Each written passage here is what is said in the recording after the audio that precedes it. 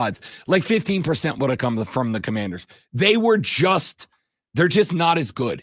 And it's unsurprising, right? This is a team in the Washington Commanders that has been mired over the years by Dan Quinn, by bad ownership, by ownership who cared more about, themselves enjoying the benefits of ownership than the team. It's a team that transitioned away from a head coach. It's a team that transitioned to a new head coach who a lot of people had questions about. There's a lot that the Commanders were behind the eight ball, which is why I think it is fair to say this morning the Washington Commanders were a better story than they were football team. And I bought in, but I also bought in because I love a plucky underdog, right? I'm a New Orleans Saints fan. I've been trained from birth to love the plucky underdog. And they were fun to watch. And on top of that, Jaden Daniels is my dog. I like that guy a lot.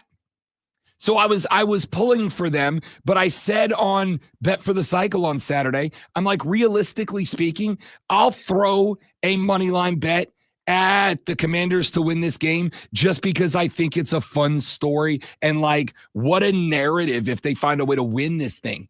But realistically speaking, Philadelphia is a better football team. And I'm not talking about better as in like they do this or that. I mean, just better. They're just a better team. It's a better roster. I wouldn't say better coached. I still don't believe in Nick Sirianni. Hard to say I don't believe in a guy who's going to his second Super Bowl in 3 years, but I don't believe in Nick Sirianni, which, by the way, is the reason, we're 2 weeks out, but anybody picking against the Chiefs today? I'm not, because they're going to do, I think, to Philly. Philly's pretty scary, dude. That was a scary showing. And 7 offensive touchdowns on the ground. Again, you could look at it that it has to do with who they were playing, and maybe it does. But you got 2 really good defenses in the Super Bowl. You sure do. And we're going to get to that. I mean, we got 2 weeks to break this down. We're going to get to all of it, but you know what? How am I supposed to pay attention?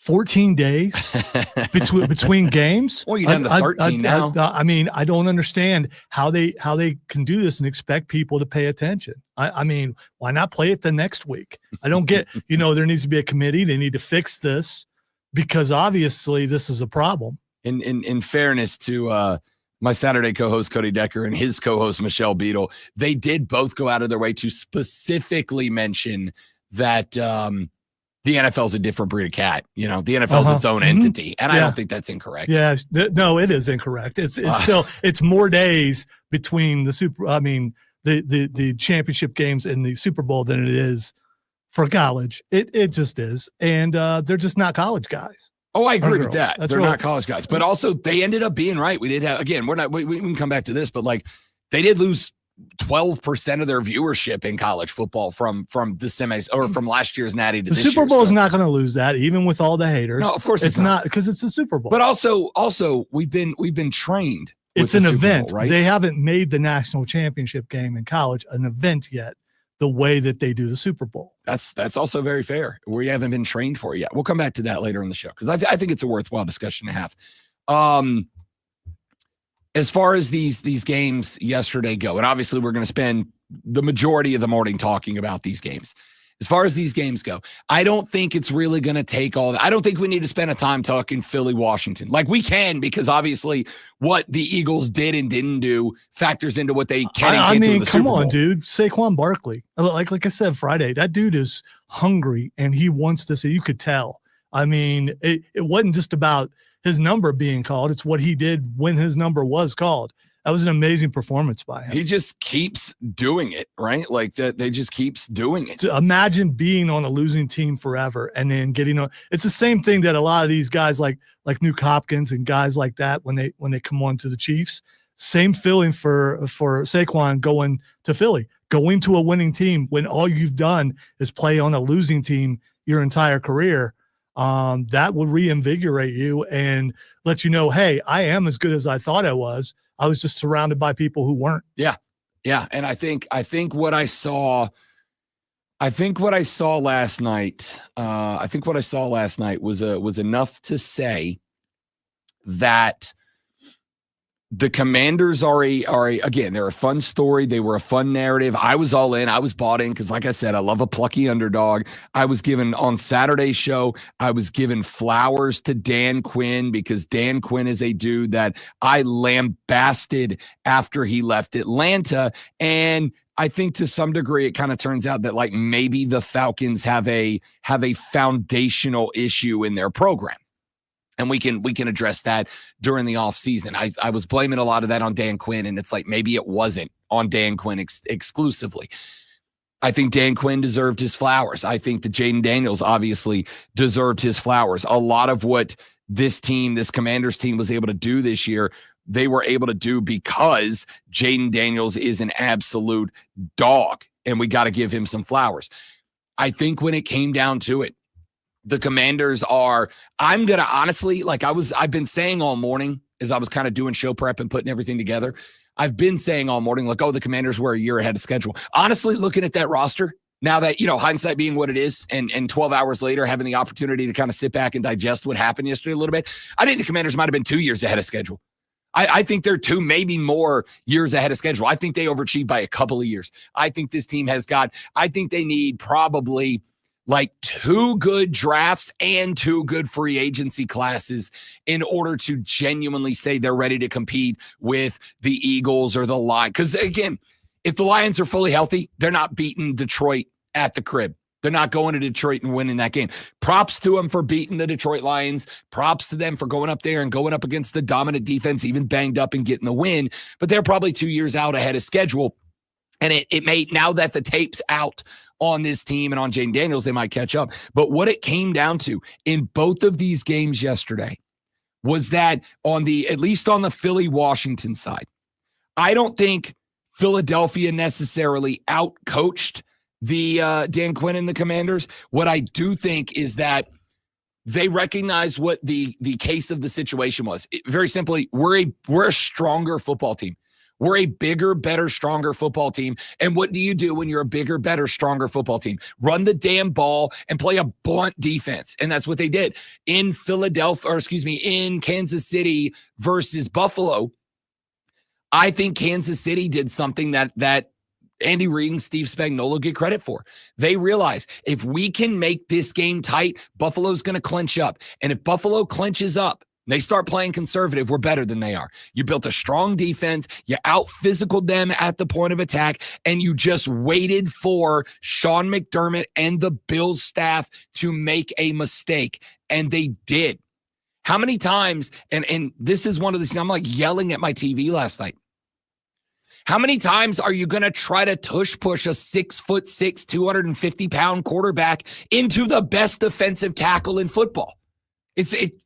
It didn't work, and you kept going back to it. Would they end up like 4 of 12 on third down conversions? Yeah, they thought they were Philadelphia. They are not. Yeah. Do you know why the tush push works for Philly? Like, there's a lot of question marks about how do they do it. It's real simple. Watch when Philly runs the tush push. I want you to notice something. It's the guy from behind that really does it because he picks up the quarterback and pushes him through. Part of it. The other part of it is that if you watch it, Jalen Hurts does not stand up. The helmet goes, and I say this and it's going to sound like a joke, but I mean it almost literally. His head goes into the ass of the center, and he disappears in that pile. When you see the tush, watch a tush push from above from Philly. Like, find a sky cam angle, and what you will notice is that as soon as Jalen Hurts gets the ball, he becomes invisible. He disappears. He's got guys on top of him. He is underneath the center. Guys collapse around him. They completely go. Do you know what Josh Allen does on a tush push? He takes the snap. He delays. He goes left, and he tries to tuck in behind the guard. And he does it every time. And they kept running it. The Chiefs know how to stop that, and they kept running it. I can't say I've never seen. Rarely do you see a team get into that type of game on the road with that much on the line, and the Buffalo Bills clenched up colon to diamond style last night. Sean McDermott, I said it last offseason. Sean McDermott's got to go because Andy Reid has again humiliated him. Now, Buffalo still had a chance to win the football game last night, but then Spag said, we know what we're going to do. Allen's going to roll to the right because he's been doing it all night. They're going to try to sneak a backside tight end underneath it because they've done it all night. So we're going to call a backside linebacker man on. We're going to blitz off of our left, their right. We're going to go kick Josh Allen's ass. And what happened on that fourth down? A dude was just waiting for Josh Allen where Josh Allen was going to go, and he went there, and he ended up throwing a flail Mary. It was bad. Steve Spagnuolo humiliated Sean McDermott again. Obviously, we're going to talk about these games extensively throughout the day. He is Lonzo, headed for a three-peat in the big game TM. I am Rob Brown. We're talking ball on the Rob Brown Show in the Fan Upstate.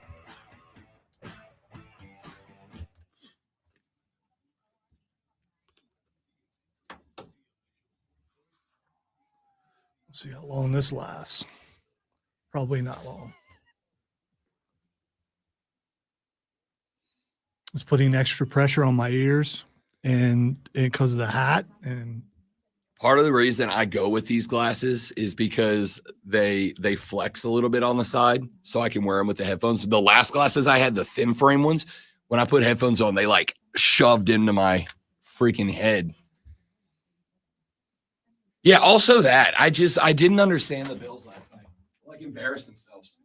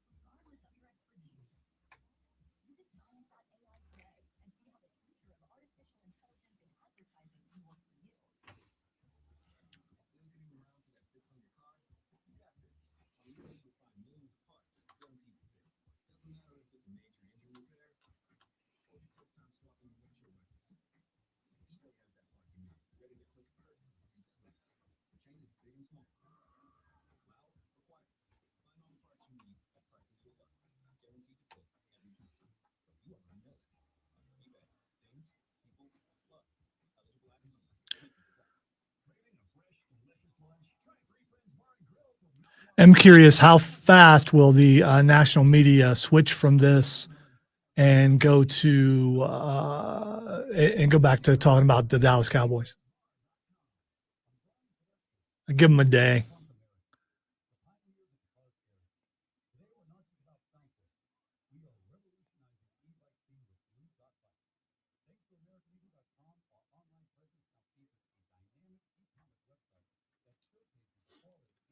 They may not even make it through the entire show today before they switch to Dallas.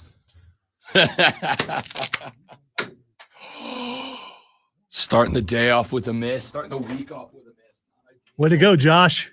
Not ideal. For Josh Allen, do you want out of Buffalo now?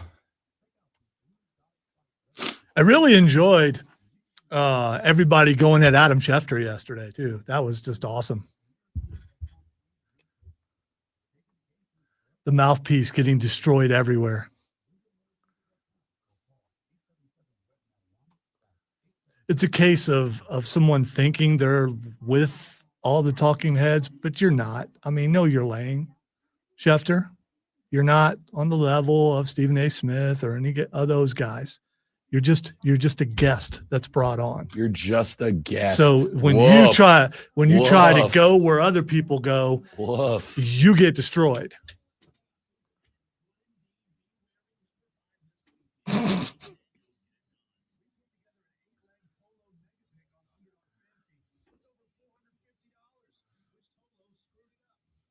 Are you allowed to do that? Talk about that like that? I don't know. I guess you are. You're on a betting show. It's on the radio, so I guess it's allowed.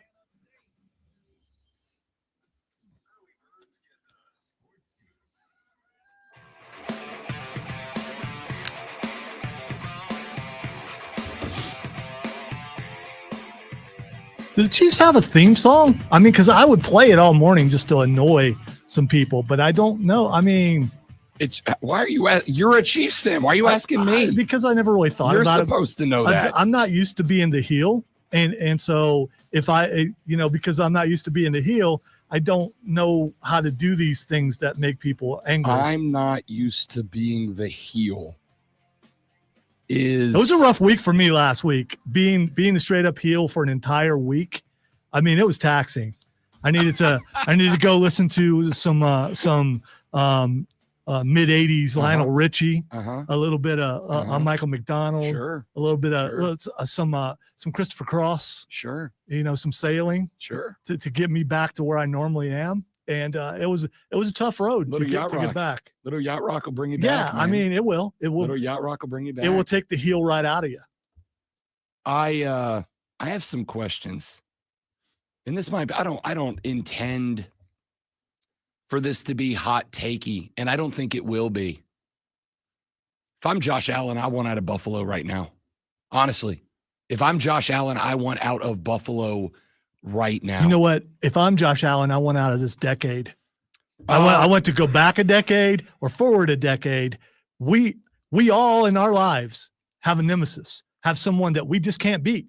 And when I was in high school, there was a wrestler I could not beat. His name was Smith from North. It's been 40 years since I've been in high school. That's a weird name to name your kid. I remember, he went to North High School. His name was Smith. Bad joke. The only time that I advanced in a tournament that he was in, he got food poisoning the night before and couldn't wrestle. That's the only time. I'm team old meat. Yeah, and so I don't like that I said that. You probably shouldn't. I said that. I wish I want that one back. I see my son go through the same thing. There's one guy he could not beat. We've seen teams that could not beat that guy. I've heard it mentioned like Malone and those guys. If Jordan wasn't there, they're probably winning championships. That's just, born in the wrong era is Josh Allen. Let me tell you why I want out of Buffalo. I want out of Buffalo because I put last night, and I'm going to tell you why here in just a second. I put last night again on the fact that Andy Reid and Steve Spagnuolo straight up ran circles around Sean McDermott and the Bills coaching staff. And that has just been this series. It has been this series. Now, you can hit me with, and I actually did mention this. I mentioned it at one point last week, but I know I talked about it multiple times on Bet for the Cycle on Saturday. The legacy of the series has been Josh Allen and the Bills keep getting the Chiefs in the regular season, and the Chiefs keep getting the Bills in the postseason. And there is a reason for that. And I think this reason was already something I was thinking about last week. And it is the reason that I did not have a dollar on this game as a gambler. And I didn't, honestly, I got away with not picking this game on the air last week. I think the only pick I made was I can't pick against the Chiefs in the playoffs against Josh Allen because you're going against the trend that's just lasted 5 years now. I just can't do it. Here's my thought here. The reason the Bills keep getting the Chiefs in the regular season and the reason the Chiefs keep getting the Bills in the postseason is the coaching. It is the fact that, and I've heard this said a bunch of times, and I kept thinking to myself, like, I don't think that that's true about the offense of the Chiefs. And I think last night I figured, it's actually true about the defense of the Chiefs. The Chiefs don't go deep in the bag in the regular season. They go deep in the bag in the postseason. This is a team built for the postseason. This is a team that knows they're going to be in the postseason. They believe they're going to be in the postseason. And so they wait to really go deep in the bag. And I think our first thought, and this is just the experience and the tendencies of being a modern American football fan. Whenever we hear a thing about a team, our brains are immediately brought to the offensive side of the football, right? Oh, the Chiefs don't go deep in the bag. And we all start going, wait a minute, I've seen all these weird plays with Xavier Worthy and taking advantage of his talent. I've seen all of these plays where Travis Kelce isn't really the first option, but it's designed to get him open as the third, et cetera, et cetera. What I saw last night was a Chiefs defense that got deep into the bag, and the Bills didn't know what to do with it, right? It has been Andy Reid and the coaching that has ran circles around the Buffalo Bills over and over. And here's my argument for that. Look at these team stats. Mahomes, 18 of 26, 245 and a touch. Allen, 22 of 34, 237 and 2 touches on the ground. The Kansas City rushing attack, 135 and 3 touchdowns. The Buffalo rushing attack, 147 and 2 touchdowns. Let's also point out that, and we'll come back to this in a minute, Buffalo fumbled the ball 4 times. They got all 4 back. If one of those goes the other direction, this game's a lot uglier in the Chiefs' favor. Chiefs fumbled and Buffalo got the ball. The Chiefs had 1 fumble. Mahomes fumbled 1 time. Buffalo got the bill. So Kansas City ends up -1 in the turnover battle. Still wins the game. It could have been a lot worse. But let's look at it. Let's look at it from the team statistics. Okay.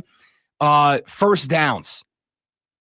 Kansas City ended up with 28 first downs to Buffalo's 22. Let's look at it on third down efficiency. The Chiefs only faced 9 third downs in this game. That's by picking up, moving the sticks on first and second. 9 first downs, they converted 5. The Bills were 5 of 14 on third down. Now, I'm bad at math, but that's a lot less than 50%. You've got to be around that 50% mark in order to be a good team on third down. They were 5 of 14 or higher if you can keep getting yourself into third and shorts, which is fine. Third and shorts are fine in the NFL. But 5 of 14, and a good chunk of the reason why was, as I talked about in the last segment, they kept getting into third downs. They kept trying the tush push, except the problem is the tush push works because it's a lot of tushes. It's Jalen Hurts who puts his face mask, and I'm not saying this to be like crude or whatever, but Jalen Hurts puts his face mask right into the bung of the center, and then every other guy collapses and starts pushing on him. Watch a Philly tush push. Jalen Hurts disappears. Josh Allen stands up, waits for the lines to contact, then he takes a step left and tries to wedge in between the center and the guard. But when you know that is coming and the whole D-line collapses down onto you, that doesn't work. Doesn't matter how many guys you have pushing Josh Allen. When he is stood up at 6'7", 225 or whatever he goes, 6'6", 225, whatever he is, when he stood up, he becomes a target. He becomes a target that is easy to get. Hurts disappears. The profile of Hurts is minimized. The reason the tush push is so hard to stop is because you have so little of Jalen Hurts to hit. So wherever there's some space is going to open up. It's not going to be very much, but somewhere around the Garden Center, a space is going to open. And when Jalen Hurts is low to the ground, low profile, and vanishes into the mass of humanity, he is looking up and he's got the ability to go, bang, there's a spot and get into it. When Josh Allen stands up, going 6'6", he can't see where the space is. He's just got a wall of asses to run behind, and there's no space to go to get into that. And they kept going back to it. When the pressure was on, Spags know where Josh Allen was going to end up going, both because the Bills run the same set of plays in the same situations, and Josh Allen's tendencies take over. So Spags was running guys where he knew Allen was going to be, and Allen kept being there, and they were able to rush him and hassle him. If I'm Josh Allen, I want out of Buffalo now, today. And I want out of Buffalo because no matter what I do here, I keep watching my team get completely outcoached. I would make the argument that last night, everything that Patrick Mahomes did, Josh Allen was doing too. The difference was Andy Reid and the Chiefs offense kept putting Patrick Mahomes in the right place, and the Bills coaching staff just got fooled, got outright made to look like clowns last night. And it keeps happening over and over, and the Bills won't make changes about it. Now, we can make the argument that, and I think I can, and I think I would, Kansas City's got better skill position talent around him. And that's another reason I want out of Buffalo, because the Kansas City Chiefs keep nailing the draft. Lonzo's pointed this out for a year and a half now. Tyreek leaves the team and everybody goes, that's it. The chefs are cooked. But what do? They go out there and they get Hollywood, a vet. They go out there and they get Xavier Worthy, a rook. That BT Dubs could have been a Bills. But Kansas City fleeced Buffalo. Now, Buffalo ended up taking Keon Coleman with that pick. Not a bad pick. Keon Coleman had 1 catch for 12 yards last night. Xavier Worthy had 6 grabs for 85 yards and a touch. Also had a pair of carries for 16 yards. Who got the better end of that deal? The Chefs, for sure. So, to me, Kansas City keeps out drafting Buffalo. They've got a better front office. Kansas City keeps out coaching Buffalo. They've got a group of better dudes on the headsets. Kansas City's got a better GM because he keeps making all the right moves, whereas the Buffalo Bills keep doing the same thing over and over. And we are now at the point where I would be comfortable to say, do I think Josh Allen is a unclutch quarterback? No. Because he beats everybody that's not Kansas City. He beats Baltimore. He beats Pittsburgh. He beats Denver. He beats everybody that's not KC. And he does so comfortably, he just can't get the Chiefs. And if I got a QB over here that's giving me 237, a pair of tutties, he's putting up 39 on the ground. If I got a guy who can do everything Josh Allen can do, but I keep getting fooled by the same one team, and I can point out, and I'm an idiot with a microphone, but I can point out the Chiefs are better at the GM spot. They're better at the HC spot. They're better at the OC spot. They're better at the DC spot. They're better in drafting. They're better at everything. They're better at everything. Then if I'm Josh Allen, I'm looking at Buffalo. I'm going, you can either completely redo the front office or I want out because it's just never going to happen here. And that sucks for Bills fans for sure. But what else am I doing here? Do I just keep doing this over and over? Do I just keep going and having my entire organization get shown up by the Chiefs? Or do I go somewhere and have, hey, team, build entirely around me and I'll make this happen? And try to find some. I'm not saying that'll even work. He might go somewhere else and it'll be the exact same damn thing. But we know it's going to be the exact same damn thing in Buffalo. The Chiefs are just an A-list organization, and the Bills refuse to adapt. I don't know what to tell you. That's why Sean McDermott's still the coach there when I told you all offseason you got to move on. We'll talk more about it when we come back. The Rob Brown Show's on your radio. Rob Lonzo and you, the Fan Upstate.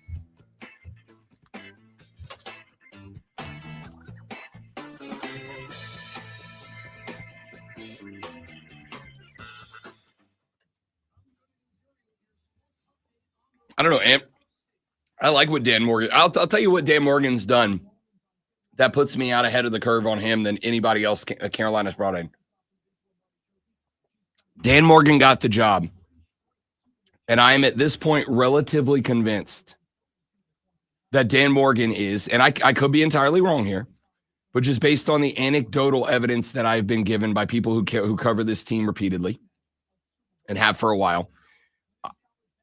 And I don't know if Zoe agrees with this take or not. I give Dan Morgan credit for being the reason that we haven't heard David Tepper's name this year, right? I pointed that out to everybody. After the incident at the bar last year, have you seen or heard from David Tepper? I don't think we have, right? And Zoe and I are pretty plugged into this. I haven't heard from Dave Tepper at all. I'm going to give credit to Dan Morgan for I think, basically saying, I'll take the job, but you're giving me the job. You got to let me cook. You got to let me work. Because we haven't heard Tepper. And would anybody argue that the Panthers ended the season a better team than they started it? I think you have to say they did. So I'll take that, right? Like that's the mark of an improving team. And it's 100% a theory, but I feel pretty good about it. I mean, listen, I'm good with that too. Fitterer did some dumb stuff as the GM, but I also think Fitterer was a yes man. And didn't we pretty much get enough evidence that Fitterer was kind of a tattletale, an office tattletale, right? We got all the stories of Fitterer was the one that would go to Tepper and say, oh, so-and-so said. And if your GM is that kind of guy, I mean, if he's just a yes man and a tattletale, what are you going to do with that? I don't think you can succeed with that. I think Morgan enabled Canales. I think Canales enabled the offense. And I think at the end of the year, you had a better Carolina Panther team than you started with. I was willing to give Dan Morgan a blank slate as GM when he started, and I'm pretty happy with what he's done so far.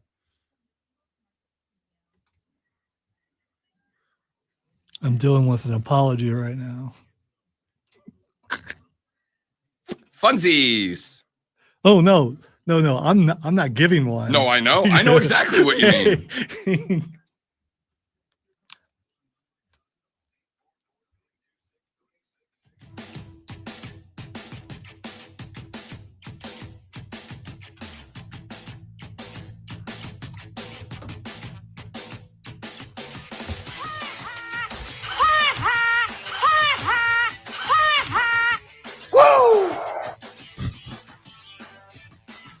I'm gonna be real honest with you guys. I don't think there's anything that anyone could say to the great one this morning that would dull his shine. I got to tell you, hadn't been nervous all year long with the Chiefs because that's just what they do. Last night, I was nervous because I thought that Secret Society's narrative and what they were trying to make happen, including their lackey Adam Schefter, what they were trying to make happen, I thought they were going to succeed. I thought they were going to overthrow what some are dubbing the evil empire, but they were not able to do that. Okay. Okay. Let's let's talk about this Schefter thing for just a minute here. Because I think there's two different directions. You're not going to defend Schefter. By the way, no, I'm not going to defend Schefter, but I'm not going to attack him either. I'm gonna give you my thoughts on it, but I think I fall in the neutral city here. First off, let's point this out before we take a break. Schefter's last tweet came out hours ago, and he made a very interesting point here. In the 9 composite matchups between the Chiefs and the Bills, and this includes both post and regular season, in which Josh Allen and Patrick Mahomes both started, the cumulative score, right? That is the total scores for both teams between all 9 games is 245 to 240, right? These are 2 really good football teams. Oh, without a doubt. 2 really good football teams. Without a doubt. I think the Chiefs just have, I think it's a better organization. It's just at this point, it is a better organization that shines on the field in the biggest moments. All right. So this Schefty thing, if you missed it, Adam Schefter put up a tweet in which he started the tweet by saying, and I'm scrolling down his TL because this may shock you, Zoe, but after the, let's say controversy, after the controversy about the Schefty tweet, Schefty has been on an absolute Twitter binge. Like, dude has been hammering out the tweets over and over and over and over. So basically, Schefter put out a tweet. In the tweet, I found the one that started it all. The tweet that started it all said, for all those complaining that Patrick Mahomes gets too many calls, relief could soon be on the way. NFL Replay Assist is expected to expand this offseason into plays that could include the quarterback slide, league sources told ESPN. Now, obviously, not just on this show, but on effectively every show that took place in America, the discussion last week was, do the Chiefs get help? And whether or not you think the discussion is fair, the reality is the folks that were on one side were very fervent. The folks that were on the other were very fervent. And whether they are right or wrong, and this was the whole take I had last week, whether they are right or wrong, the discussion is the discussion. And we asked the question on our text poll of the day, which I forgot to put one up together. That's my bad. We asked the question last week on the text line poll question of the day, do the Chiefs get help? And 80% of this listening audience said yes. 80%. 80%. When I scrolled the social media, when this conversation was the narrative, it was about the same ratio nationally, as far as I could tell. And again, I'm not a political scientist or data gatherer, but it was about that much. Always funny because yesterday, the other game, people were pointing out, what about this call for Philadelphia? What about this call? What about this call? And people just completely ignore that because that's not fun to talk about. They want to follow the herd, to be the lemmings they are. I'm gonna say this. I don't feel, if you want to, I'm 100% in. I don't feel right now after last night's game, I don't feel the necessity to dive back into the do they get help conversation. I think the Shefty thing is more interesting. No, I agree because I brought it up earlier. I'm just if other people thought that way, my timeline wouldn't be full of that stuff still, and I wouldn't be having a conversation with someone since 4 a.m. on Facebook about this. So about someone who's a good friend who used to work here a long time ago, who's just absolutely bought in on the other thing. I think that and you're being too kind to Schefter, but I kind of expected that. I'm not. Here's the thing. I don't think I'm being too kind to Shefty. I think you are placing Shefty into that 80%, and you just vehemently disagree with that 80%, and that's fine. It's your prerogative to do so. When did my mind change about Schefter? Let's get when my mind changed about Schefter, and it was the memo. And ever since the memo, that's NFL guy. That's guy who, do you want me to release this now? What do you want me to do, sir? That's that guy. Let's lay out what Shefty had to say, because I think that having the tweets that went out, kind of laid out, is important. And I will acknowledge that Schefter got a lot of heat, and there were also a lot of people that were behind him. Schefter reported that the NFL replay assist may expand next year. And one of the things that may go into the conversation about potentially keeping an eye on is quarterback slides, right? Because what triggered a lot of this conversation was obviously the Chiefs-Texans game.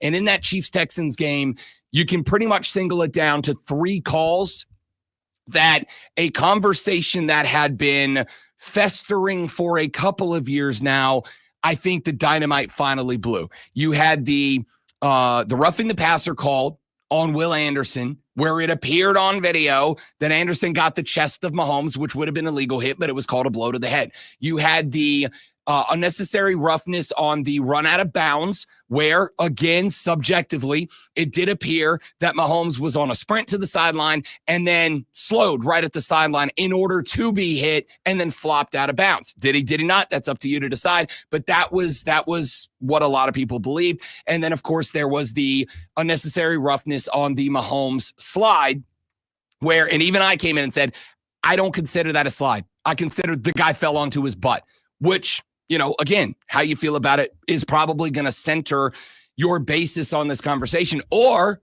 the other way around. Your basis on this conversation may be whether you decide, may justify whether you believe it was a slide or a sit. I thought it was a sit. So Shefty went on and said that for those complaining that Mahomes gets too many calls, relief could soon be on the way, blah, blah, blah, blah, blah. And the reason that Shefty got the hit was because he took, and I, for the record, as a journalist, I will go after Schefter for this, okay? To kind of point out that there is a difference, and it is a thin line to walk.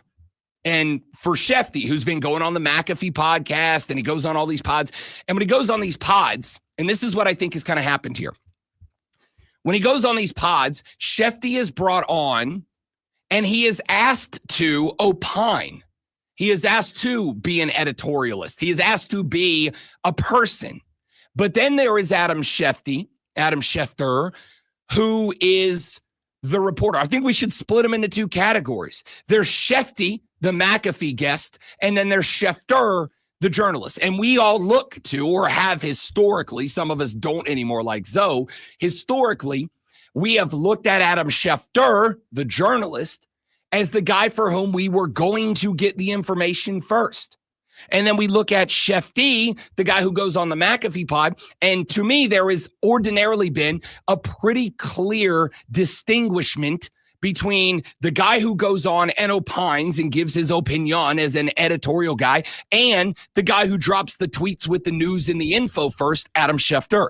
But What he did in this was kind of blur that line a little bit, because on one hand, I would say the NFL replay assist expanding, that is a massive bit of news. That's news. That is gathered news. That is something that impacts everyone as an NFL fan, quarterback, player, coach, GM, HC, whatever. That impacts everybody. That's news. And then Shefty framed that news around Patrick Mahomes. Now, I understand why he did it. I don't like why he did it, just so we're clear, but I understand why he did it. When he did it, the national conversation at large was around Patrick Mahomes and the Chiefs, and do they or don't they get calls? It doesn't matter which side of the equation you fall on. It doesn't matter whether you feel like they do or they don't. The reality is, even on this show, the conversation, the national conversation about the NFL, the NFL's number one hot topic was, do the Chiefs get calls? Does Patrick Mahomes get calls? And so for Shefty, because ladies and gentlemen, Diesel and I had a conversation on Friday where we said to each other, welcome to the clickbait generation. When Diesel and I are pulling social media clips, we have come to the reality in watching our numbers about what hits and what doesn't, what gets viewed and what doesn't. The headlines, that when we write a headline that is clickbaity, the views on social media skyrocket. You don't have to like it. Diesel and I did an experiment where we put up two similar videos talking about the same thing, but we clickbait headline in one, and then the other one, we just wrote what we were talking about. And the one with the clickbaity headline went through the moon, and the one with the regular headline did not. Yeah. Did you use the same video? Not the same video, but the exact same point being made. But okay? if you use the same video, I get it. But if you put one and he put one, then that's not. Here's what it comes down to. This is not even, as somebody who is, I'm going to say this as blunt as I can. As somebody who does this for a living, the videos I title clickbaity get views, and the ones that I just say, here's what we're talking about, don't. That's just how it works every time, whether it's me talking or anybody else. This is why if you go look down the list of YouTube shorts and take note of the headlines on them, even when you're talking about like very neutral guys, they always write a clickbaity headline. We click on clickbait. That's why it's clickbait. I'm not trying to have this argument with you, but if you put the same video out there and put two different headlines and then found out what happened, I think that's a more apt study of what you're talking about. I all I can tell you is I've been in the PR world for 12 years now. Clickbaity headlines you're trying to do the listen kid thing, and no, not listen kid. Not listen kid. Go look at the way that even you want to talk about why the big news organizations, the mainstream media take hits. Go look at the way they entitle their headlines now, Lonzo. Every headline is as big and as attention grabbing as it can be. There's a reason for that. But put that aside, regardless of how we feel about that, at the end of the day, they took this cat, Adam Schefter, took this cat, Patrick Mahomes, and he made what is an NFL future shaping piece, and he centered it around Patrick Mahomes. And that is what the controversy is. It is the framing of the story, making it about Patrick Mahomes when he is reporting news.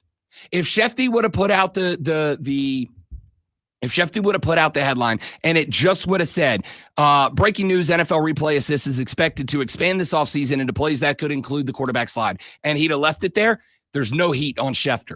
But because he framed the conversation around Patrick Mahomes, this is just a matter of, it feels like Shefty went after Patrick while trying to be a journalist, while trying to be a neutral reporter. That's all this is to me.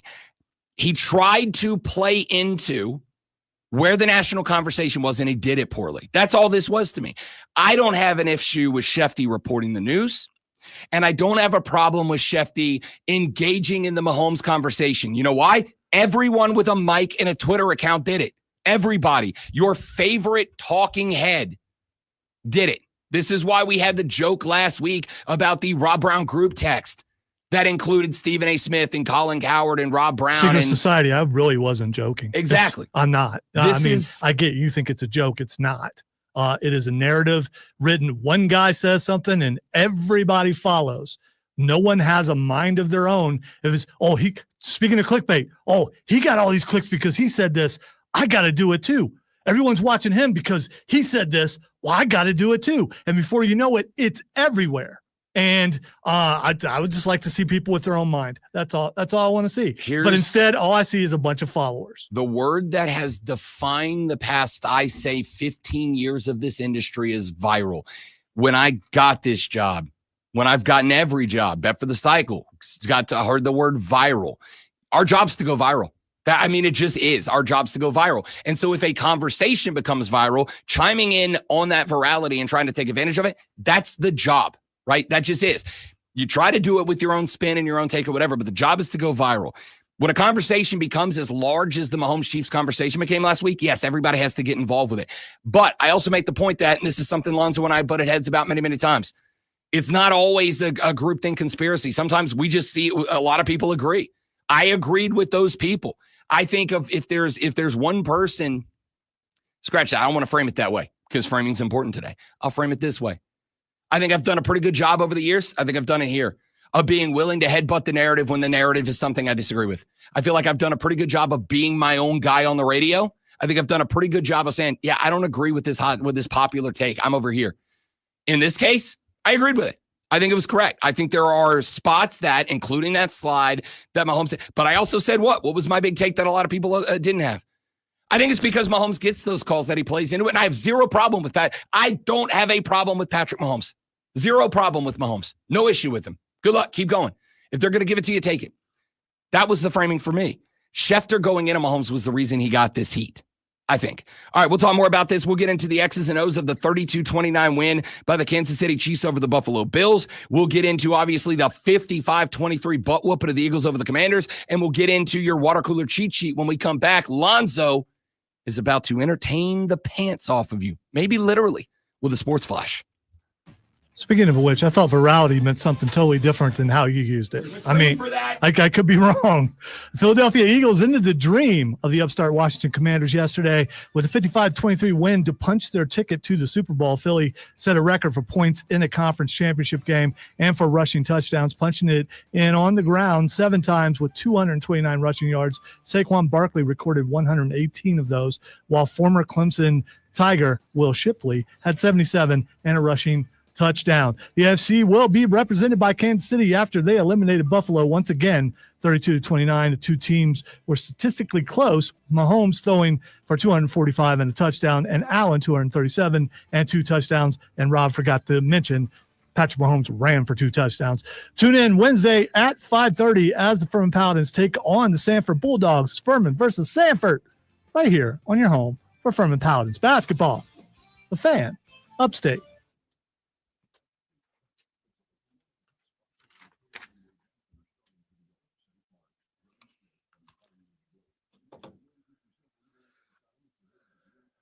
No one likes to be called a follower, and people get angry when they get called a follower. But there are a lot of followers.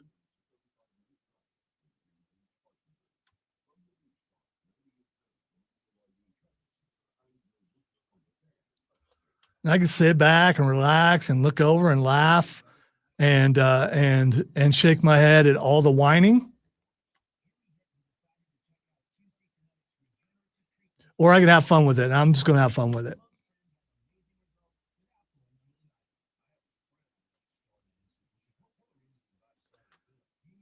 And this goes both ways. Just because I disagree with you doesn't mean I'm wrong. It also doesn't mean you're right.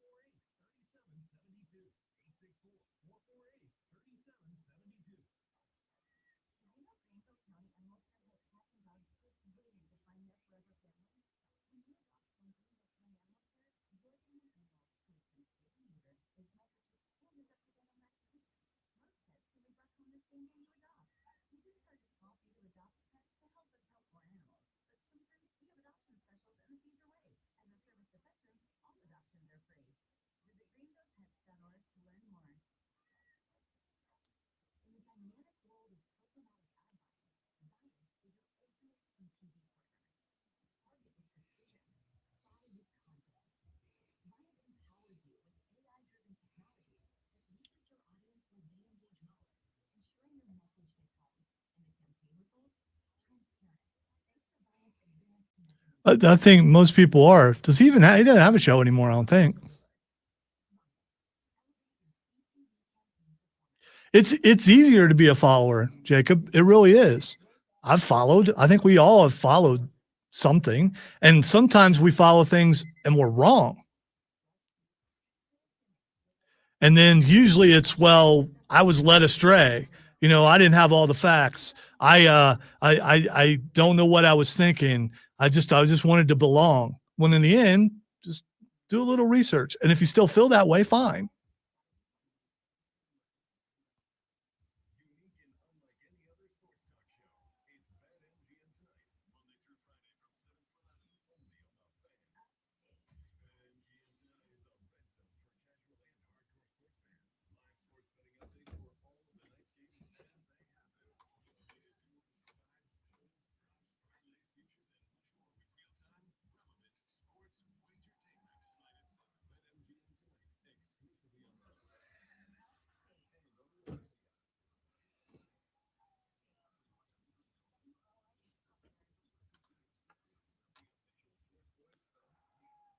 Come on, Rachel. Hey, where's Rob?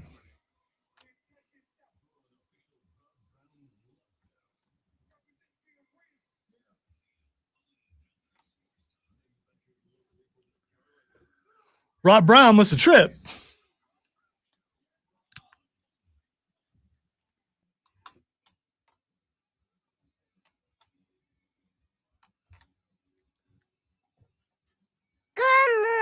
Hey, Big Daddy, how you doing? Lonzo is a superstar. Girl.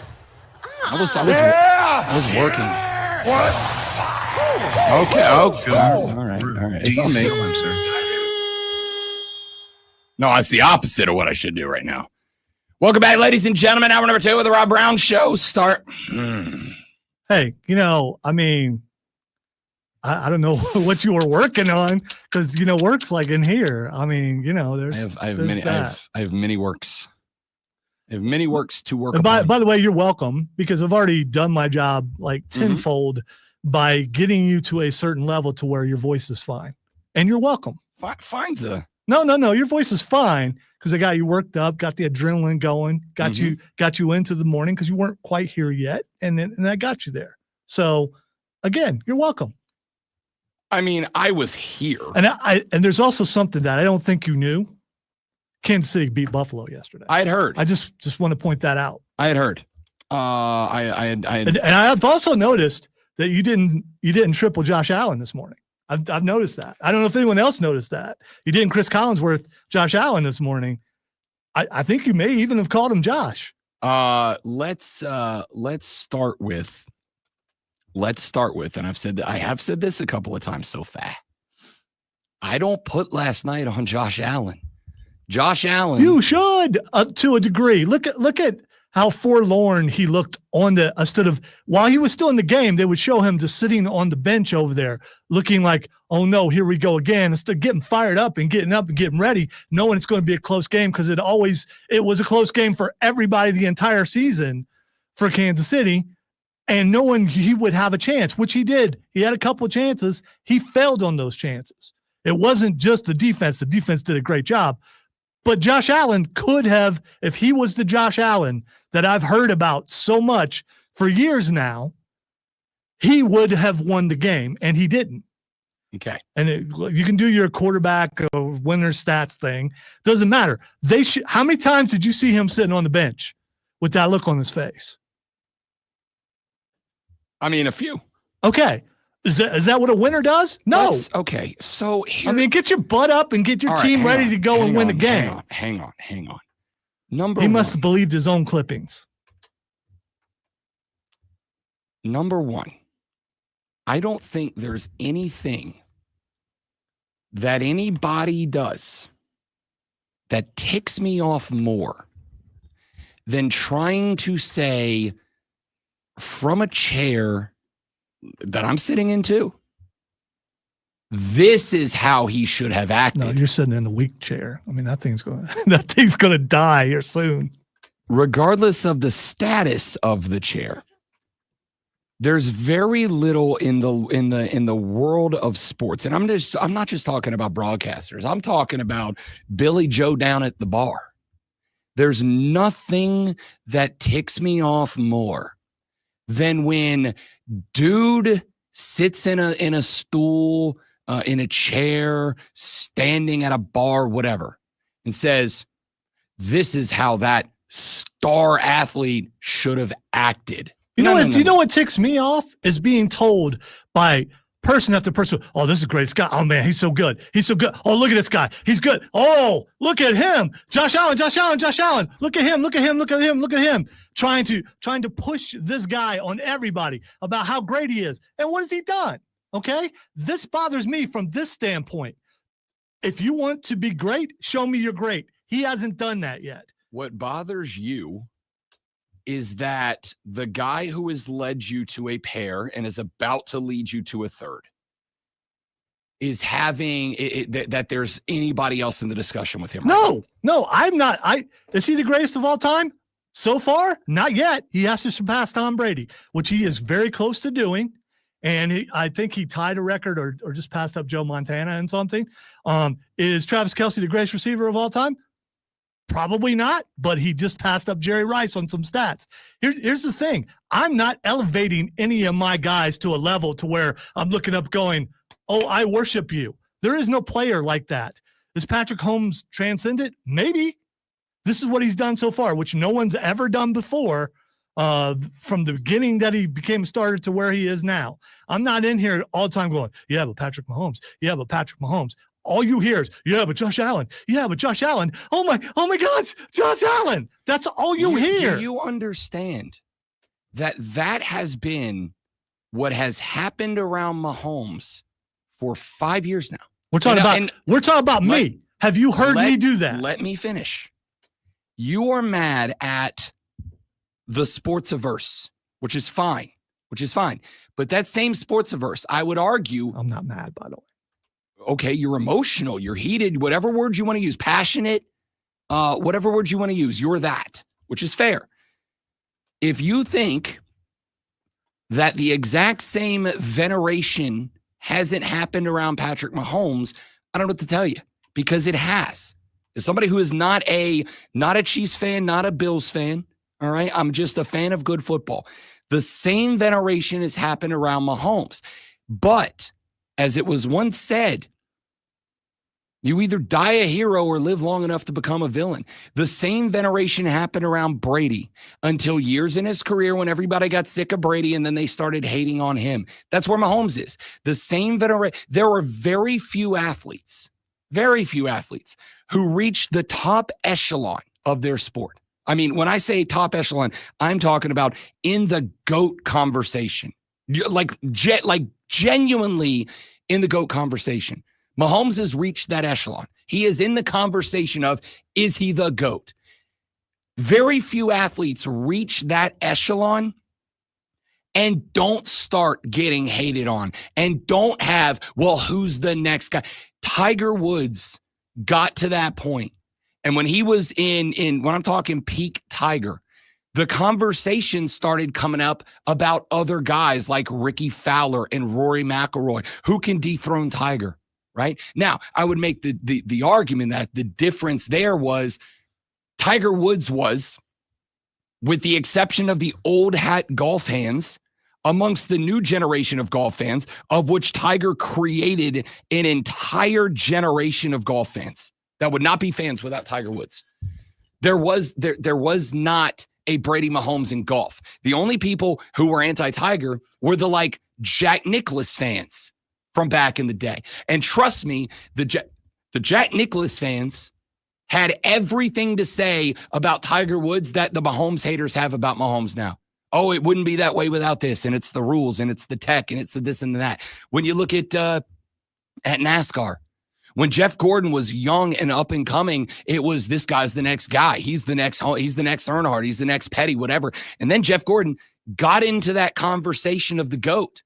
And then Jeff Gordon became one of the most hated guys on the circuit, just like that overnight. And everybody started looking at the next generation and goes, who is going to unseat Jeff Gordon? Who's going to be the guy that takes the throne from him? This happens to everyone who gets into the GOAT conversation. And if we just look at performance, you're right, Josh Allen hasn't gotten to a Super Bowl yet. Lamar Jackson hasn't gotten to a Super Bowl yet, mainly because they keep running into Patrick Mahomes, who keeps beating him. Well, Lamar ran into Josh Allen. Or Josh Allen, or they keep running into each other. It was also at Buffalo, where you cannot get calls if you're not Buffalo.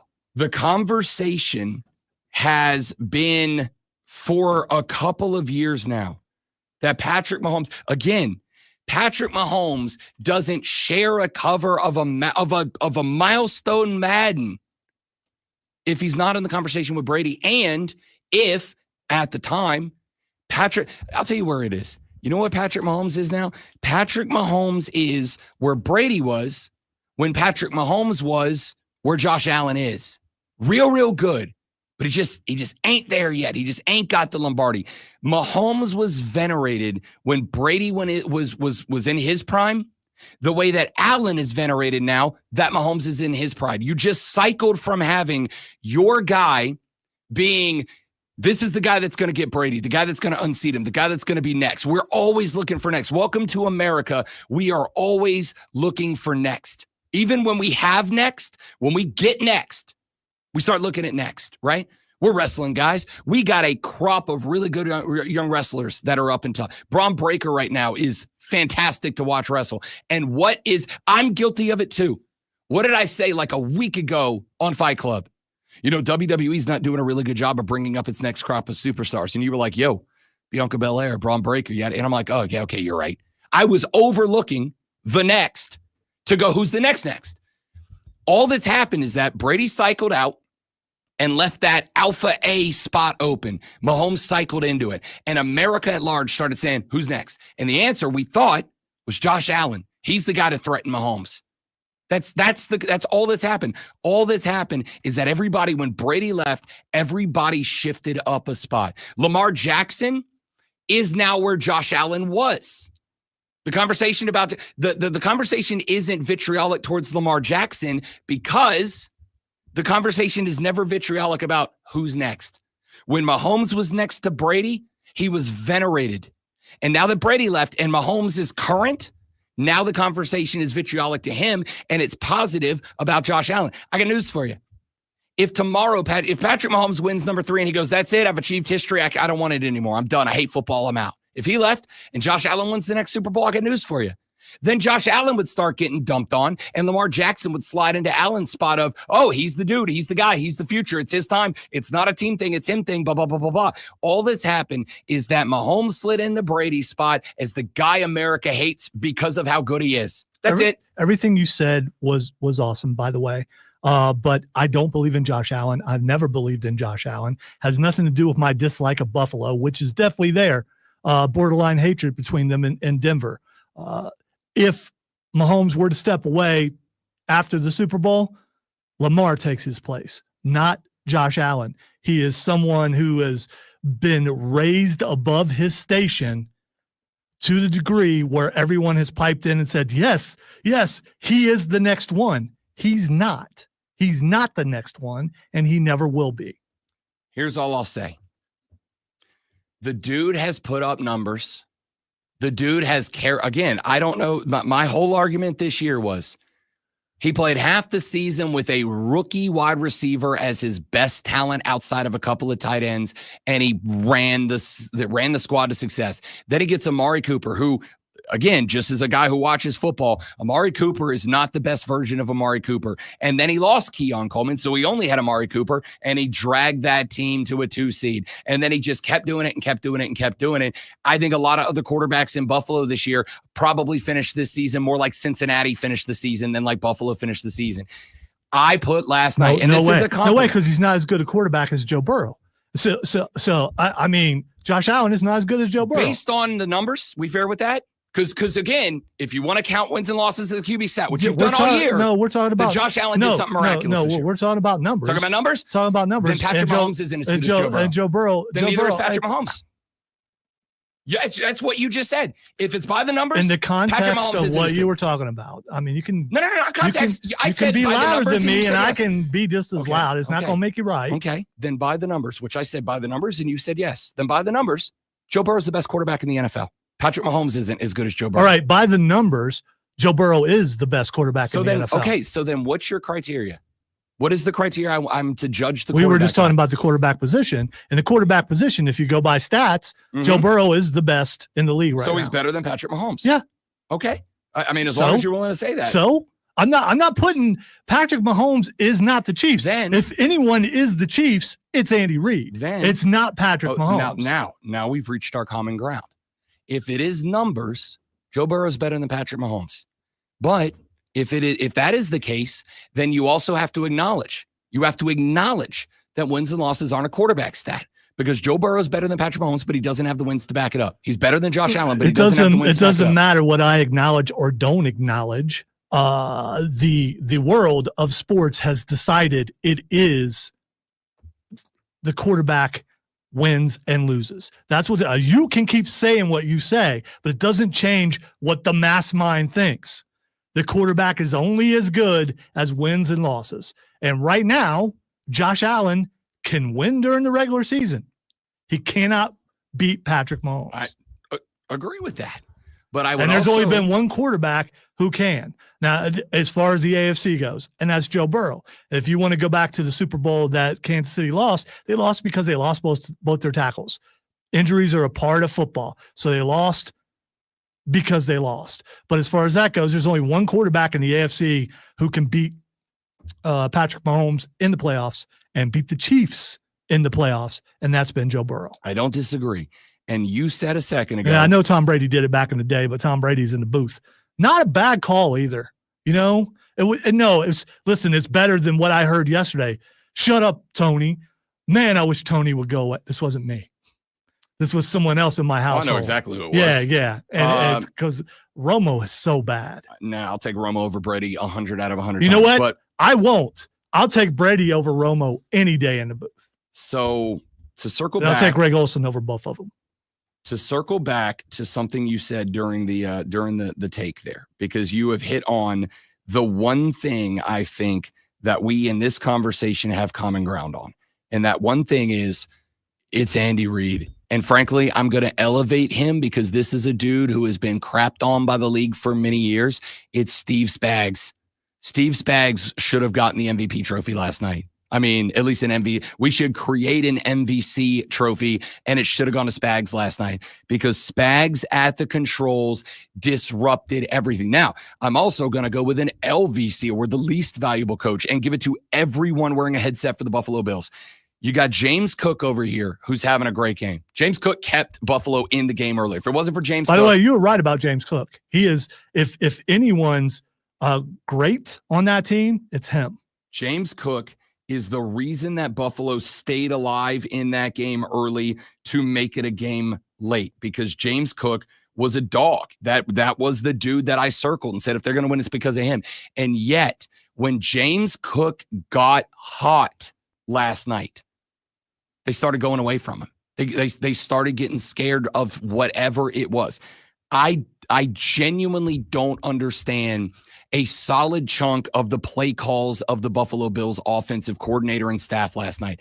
Everything that started to work, they got scared. If we came into this game and I would have said, going into this game, you are going to have one of these two teams in the second half that's going to have a lead at one point, and it's then going to get super conservative with the play calling. Based on what we've seen in the regular season, I would have assumed it was Kansas City, but it was the exact opposite. Kansas City was in the bag. Kansas City was going with what was working. And for whatever reason, Buffalo got scared, stopped doing what was working, stopped going to the hot hand, started putting it all on Josh Allen, even when it was very clear that Spags' defense was going to do what Ohio State and Penn State did all through the college football playoffs. We're taking your playmaker away. We're taking your dog away. We're taking your guy away. And if we take your guy away and you don't have the ability to go somewhere else, you're in trouble. That's what they did to Buffalo, and Buffalo just didn't respond to it. Buffalo got their butts whipped by the guys wearing the headsets last night, and they were able to do that because the guys wearing the helmets were just on it. That's all it came down to. All right. We pushed it a little bit there because this Chiefs-Bills game was phenomenal to watch, phenomenal to talk about. Water cooler cheat sheet when we come back on the Rob Brown Show on the Fan Upstate. Three friends. All right, guys, quick live, and we're coming right back. Stay right there for me, please, and thank you.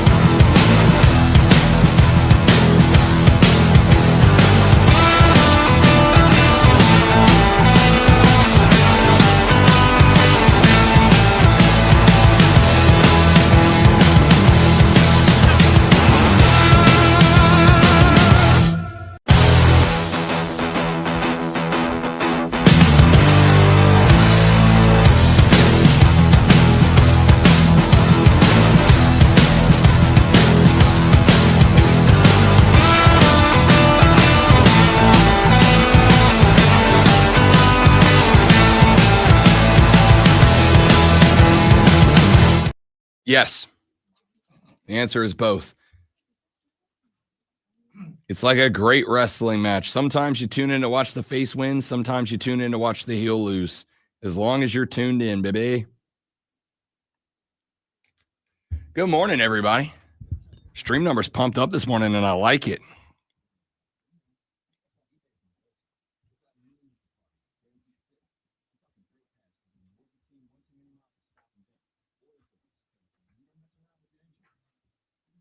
So if you are comparing this to wrestling, who are the Chiefs historically? Historically, the Kansas City Chiefs are John Cena at the top of the Cena wins LOL era. The 5 moves of doom. They make it close and interesting. They let the other team get a couple of offensive runs in, but inevitably they win close and take home the belt. Kansas City is John Cena at the pinnacle of Super Cena era. Who are the Bills? The Bills are. I don't know if you're going to go with this one. Let me make an effort of it. You have to pick someone who hasn't won a championship. Dolph Ziggler. Yeah, but he won championship. They're entertaining. He was never a heavy, like I'm talking the big belt. Forget the IC in the U.S. and all that. He was. Did Dolph win a heavyweight championship? Yes, he did with Vicky. Oh, okay. You don't remember that? You know what? I'm still gonna use him. Perennial mid-carder, able to constantly come close, able to constantly make it interesting and entertaining, able to constantly come up with new angles that make you think, okay, this is the one that's going to win it, but just never finish, just never get it done. And always left sitting on the Tron going, it should have been me.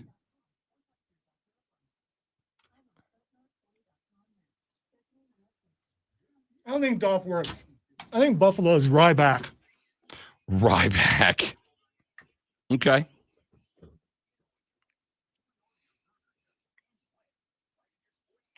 Thanks, Zach. Oh, okay. He also just lost a championship to someone who you and I both believe in.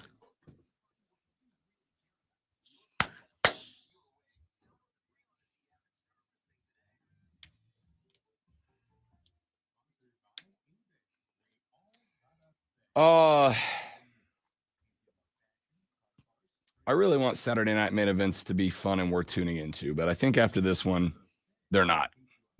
Not because there's not some good wrestling, but not only did you have no belts change hands, which we both knew was going to be the case, you also ended up being... That's it, Kane. You got it.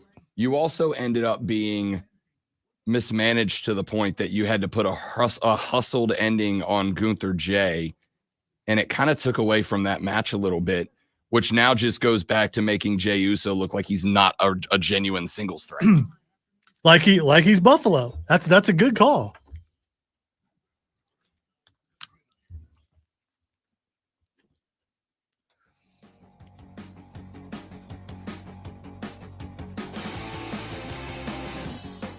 All right, went a little bit long on one topic in that last segment. So what we normally do at 7 o'clock, we now do now. Ladies and gentlemen, you have just a tick over a half an hour till you got to get to work. It's Monday. I know you don't want to go. You got a case of the Mondays. You want to walk down the hallway. You want to talk some sports with your coworkers. And if you're going to do that, you got to know what's going on. And if you got to know what's going on in the world of sports, ladies and gentlemen, you got to have this. Are you ready for the playbook of the peculiar, the almanac of the absurd, and the encyclopedia of the extraordinary? Well, you better be, because we're diving headfirst into the 3 top stories that will have your coworkers saying, Shut the hell up. even before they take their first bathroom break. No. Here we go. Welcome to the water cooler cheat sheet on the Fan Upstate. It is the water cooler cheat sheet, the top 3 sports stories you need to know before you get to the office and start talking sports with your coworkers this morning. An abbreviated speed run edition of the water cooler cheat sheet starts with item number 1. It happened again. Patrick Mahomes and the Kansas City Chiefs eliminate the Buffalo Bills from AFC playoff contention and punch their ticket to the big game, TM. 32-29, your final score last night. Look, it was about as good of a game as you would have expected, about as good of a game as you would have asked for.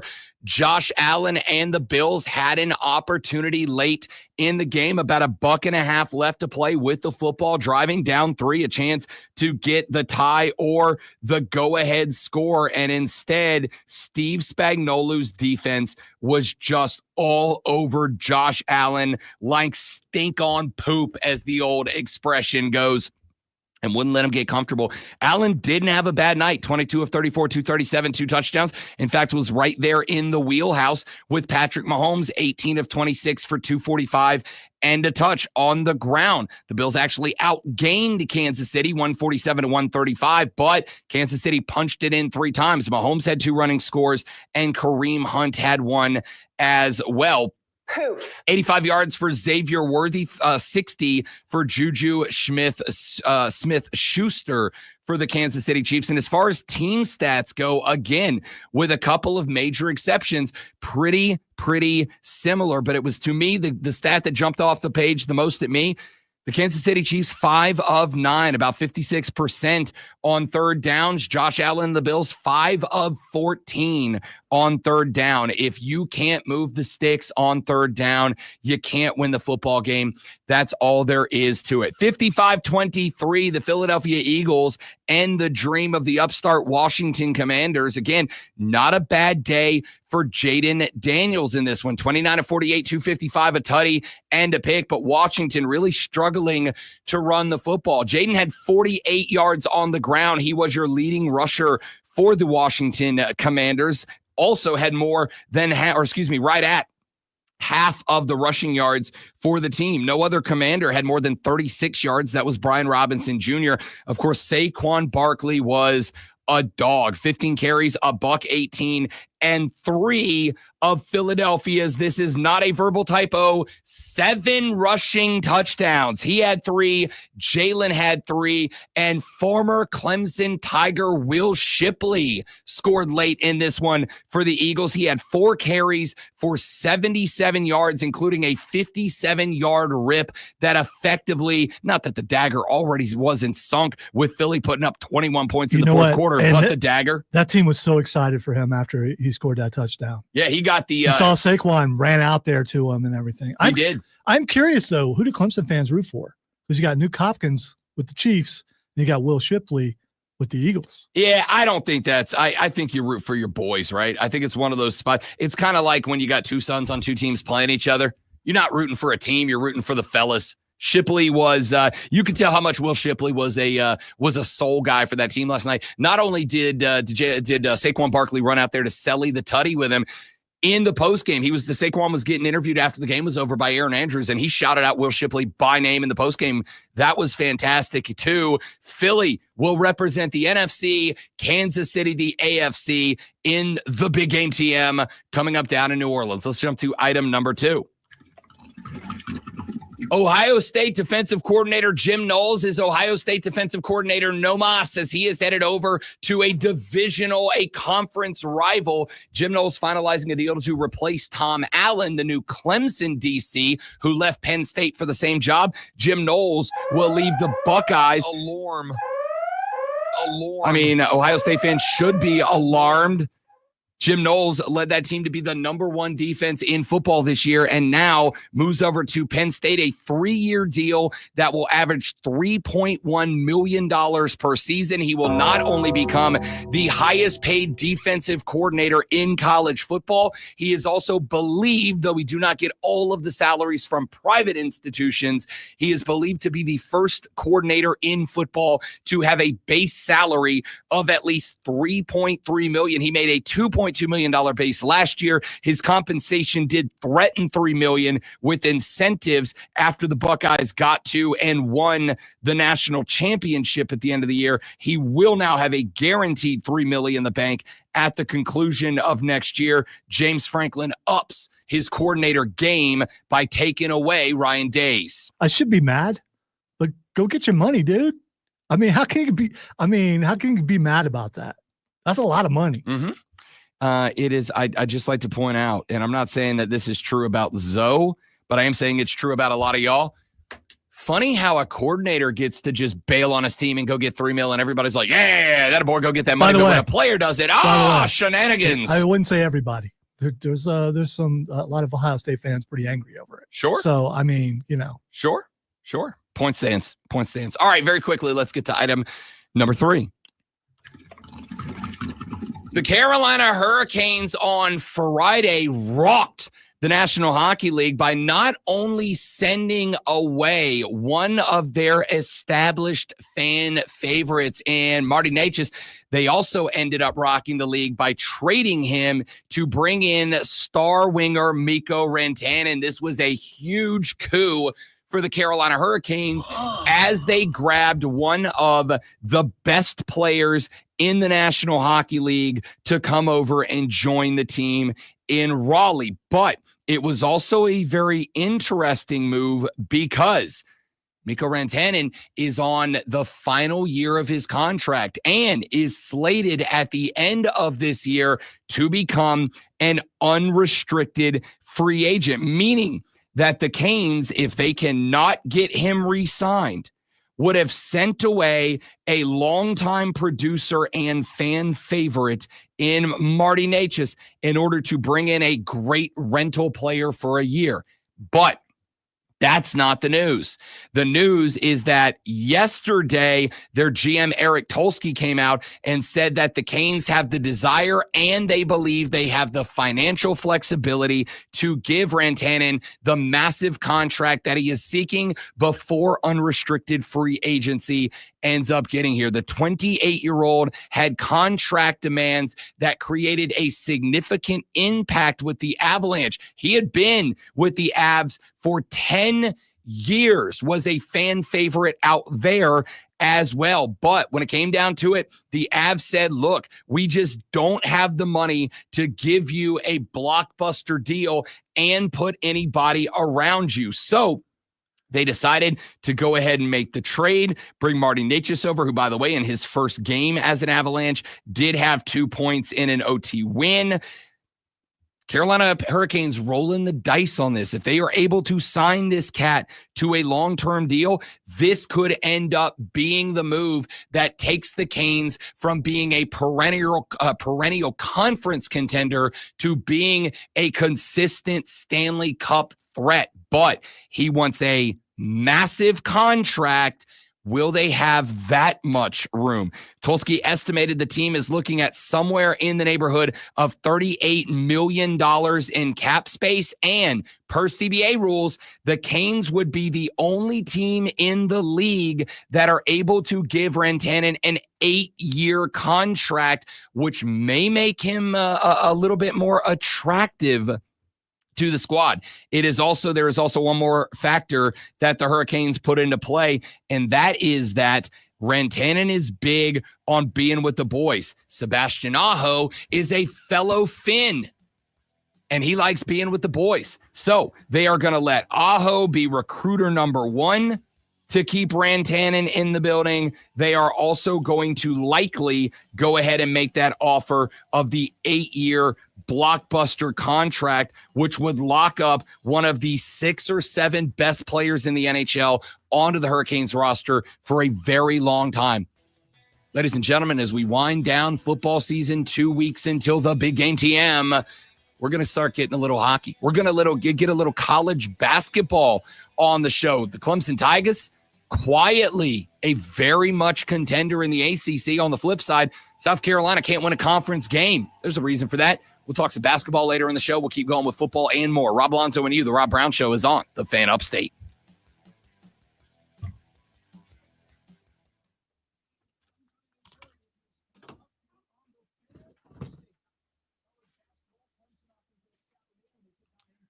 All right. What a day. What a morning. Give me about 45 seconds, guys. I will be ready.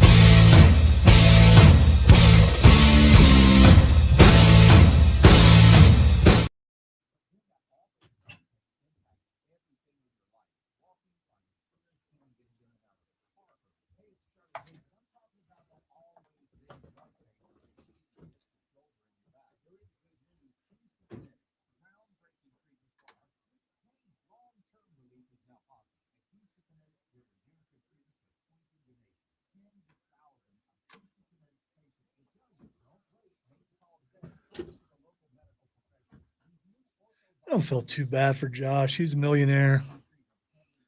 His fiance is Hawkeye too. His fiance is Haley Steinfeld.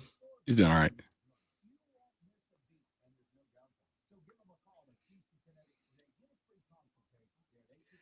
Should have seen me when I had my coat on, Steven. Of course, I didn't have this stuff on. Don't want to ruin my hat in the rain. I very seldom wear it.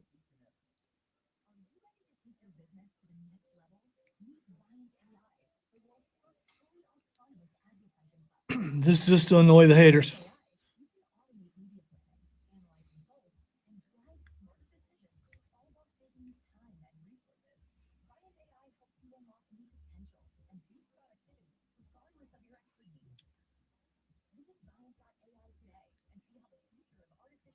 Yeah, Zach, Ventura doesn't care. Whatever you think about him and his politics, he absolutely doesn't care on the call. And I think it's entertaining in a throwback kind of way. That referee counted to 3.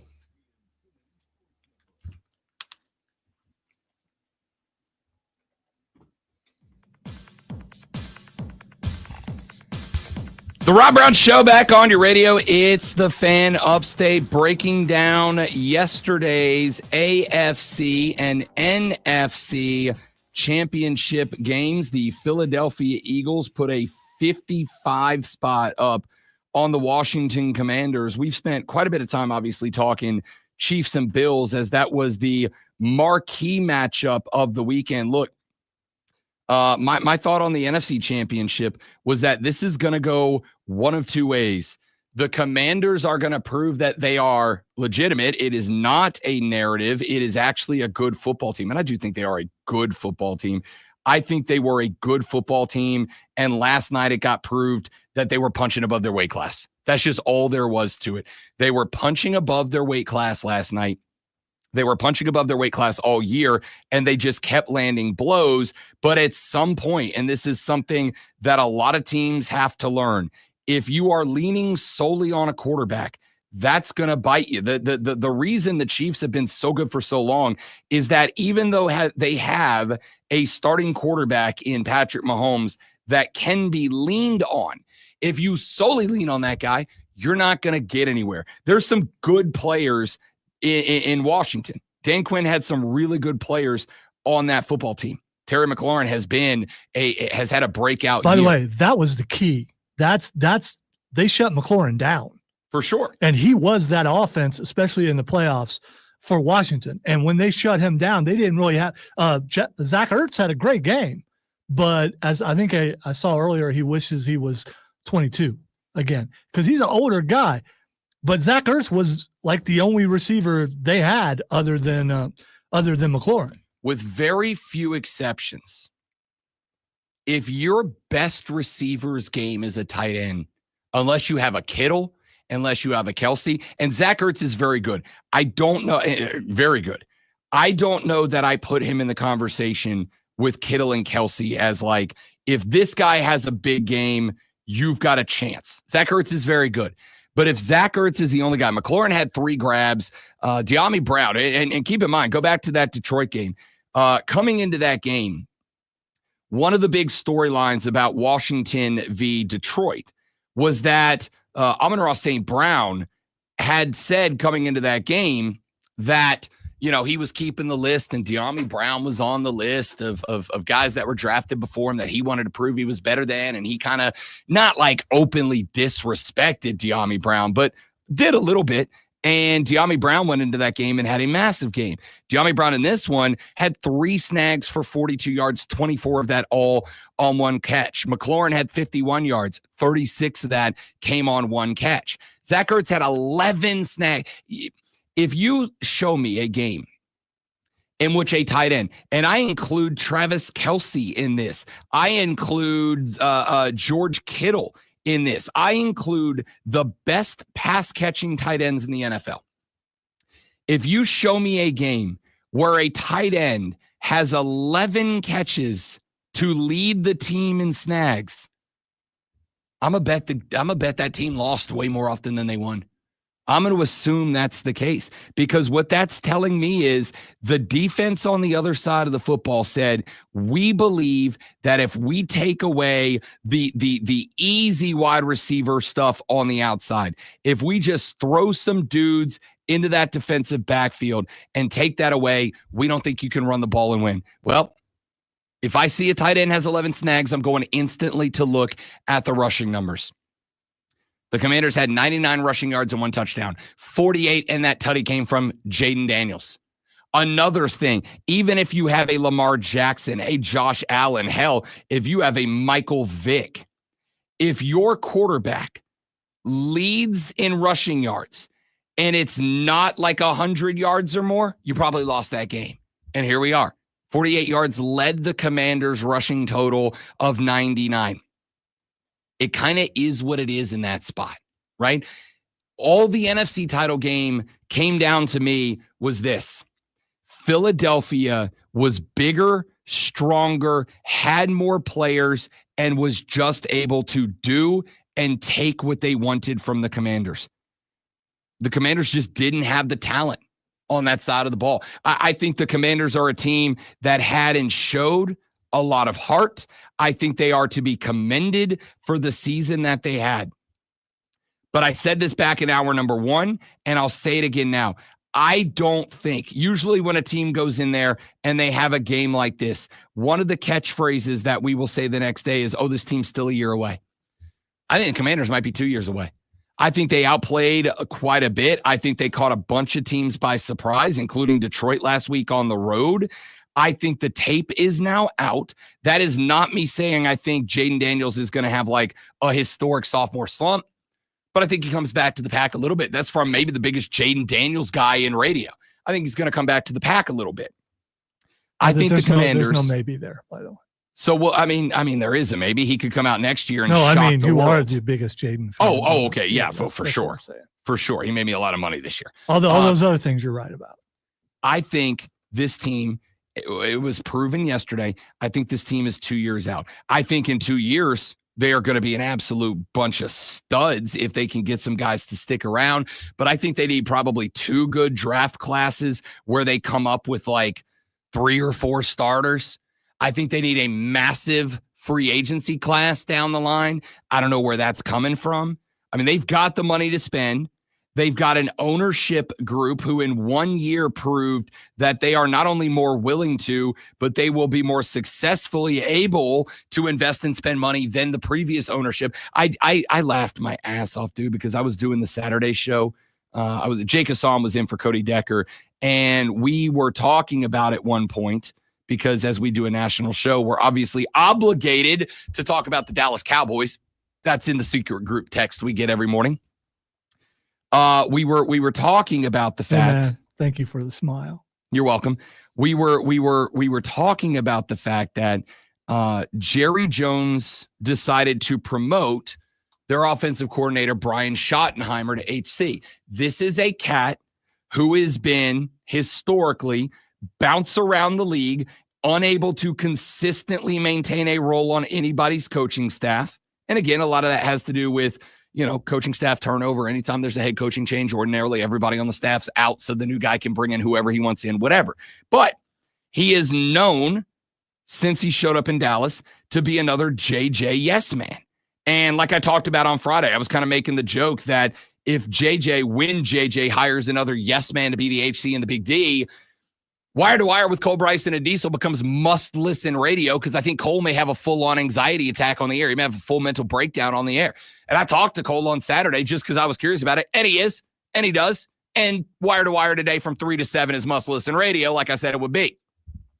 But we were having this conversation about how having ownership that is invested in the franchise but not invested in the football team, is invested in spending the money and entrusting the people he puts into football or she puts into football positions to consistently make good decisions, and being able to recognize when they're not and make the moves to change the fact that they are not, it's the first thing I'm looking for.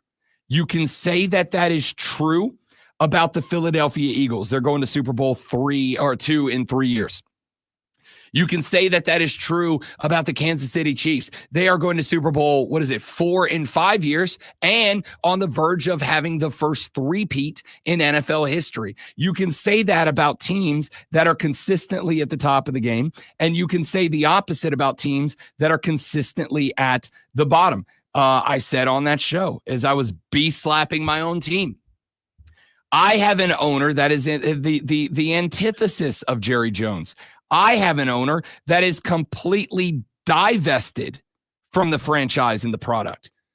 My owner just wants to be able to say she's an owner. My owner just wants to be able to be out there in New Orleans high society and be a respected member of the New Orleans social community because she's a billionaire who has the ownership of an NFL team. She doesn't care what's happening in that building.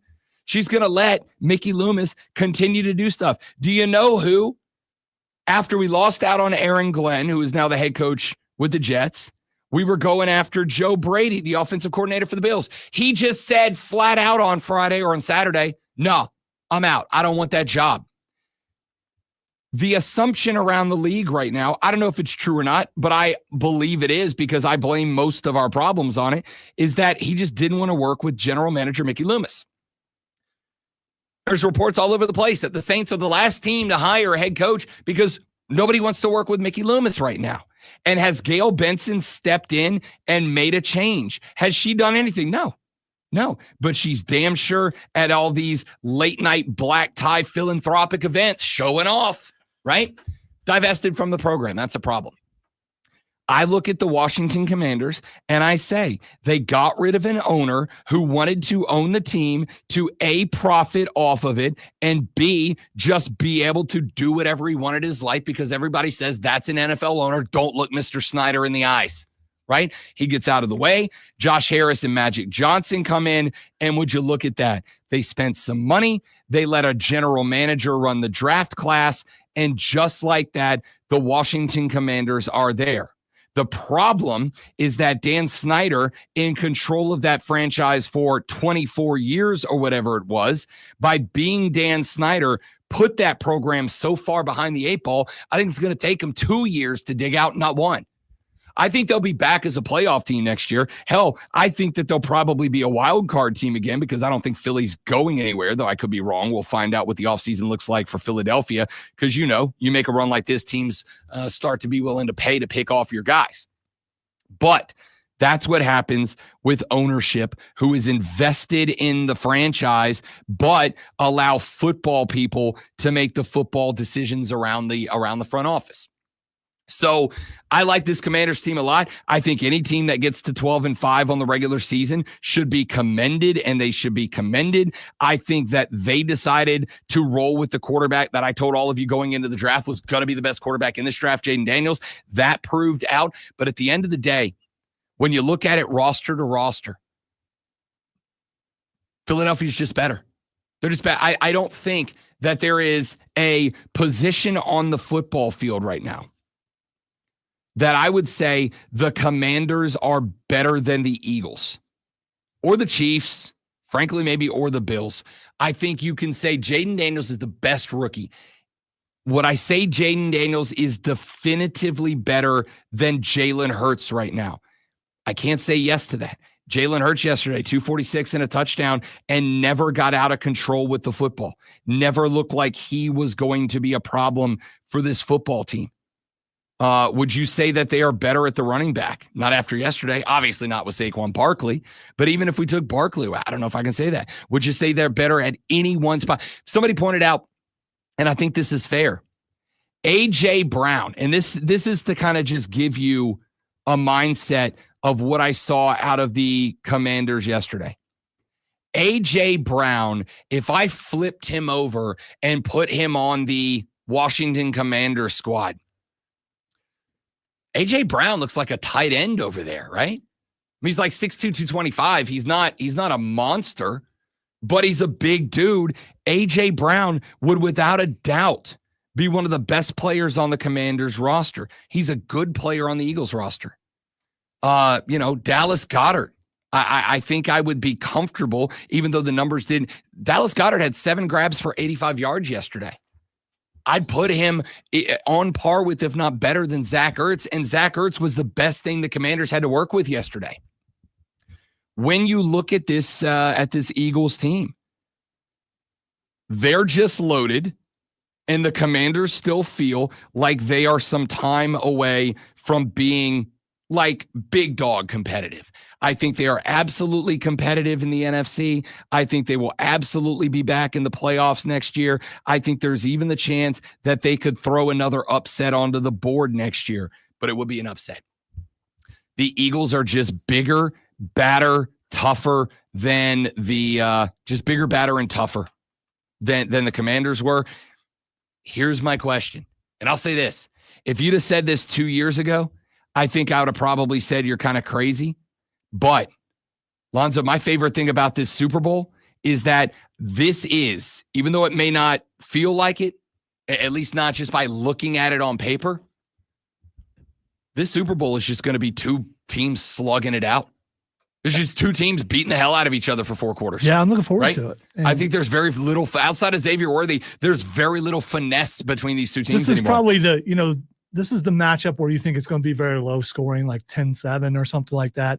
Watch it end up being like in the 60s or something. Be the exact opposite of what we think it will be. Listen, I think it could be a very physical game and still get there, right? Still, it was a very physical game between Washington and Philly yesterday. It was just that Philly was the more physical, clearly the stronger team, right? They were just using big dudes to run over slightly less bigger dudes. That game plan, I don't know that it can be successful against Kansas City because they got just as big of dudes across the DL this year. That Kansas, I noticed this about halfway through the first quarter. Kansas City's defensive backfield, they hit like linebackers. They don't open field tackle with the grab and fall method. They tackle like linebackers. And I think a part of that is because not only are they good covers, but I think they draft guys or they bring in guys who like the blitz because they blitz those guys all the time. You can't blitz and not like the hit. Yeah, they blitz a lot. Good blitz rate. Even if you do get the ball out of the blitz, how many plays did we see last night where Allen completes a pass for 8, 9, 10 yards down the field and a wide receiver turns and he just gets hit, not dragged down, not ankle tackled, not wrapped up around popped to the point that I think guys started turning their head before they caught the ball. It creates some problems down the football field. This Super Bowl is going to be, I think, wildly physical, and I don't know if it is who has the edge in that. I know who has the edge when it comes to finding out all the most important sports news and information. It's you, because Lonzo does a sports. Wow, that was amazing. Sports flash. By the way, I don't have the edge, and don't call me Cope. The AFC will be represented by Kansas City after they eliminated Buffalo once again, 32-29. Poor Josh. The two teams were statistically close, with Mahomes throwing for 245 and a touchdown, and Allen 237 and 2 touchdowns. Guess who wrote this? The Chiefs ran for 135 and 3 touchdowns. The Bills 147 and 2 touchdowns. Both teams had 2 sacks, but Kansas City held Buffalo to 5 of 14 on third downs. And a stat that Rob forgot: Mahomes ran for 2 touchdowns. After defensive coordinator Tom Allen left Penn State to take over the same job at Clemson, the Nittany Lions signed Jim Knowles away from Ohio State to take the job, and did so. He gets $3.1 million. Good for him. Tune in Wednesday at 5:30 as Furman Paladins take on the Sanford Bulldogs. Furman versus Sanford right here on your home for Furman Paladins basketball. The Fan, upstate.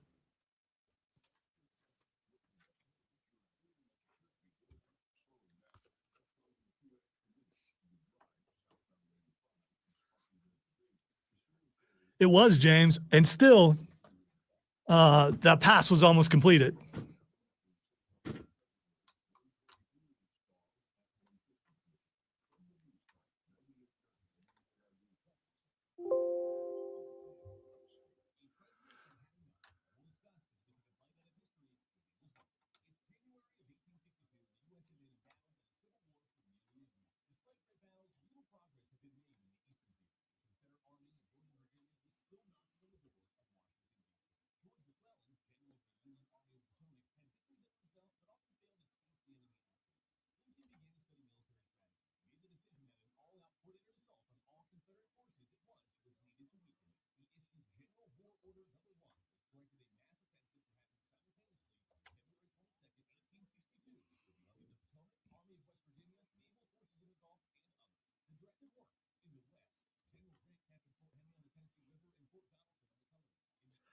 Trying to see if I can commit to the hat and glasses for the entire show. It's wearing on me.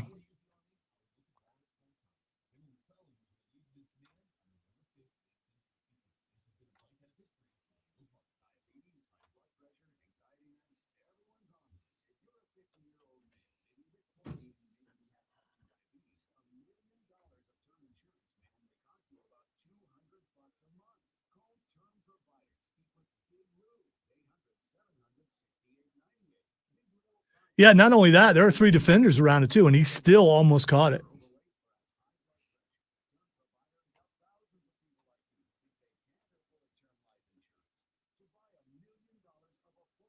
And you don't know. I mean, because it looked like Josh Allen just threw it up in the air. But did he? I haven't seen any of the interviews as I went to bed about whether he intentionally was trying to complete that pass or if he just threw it up. But I'm going to give him benefit of the doubt that that's who he was aiming for.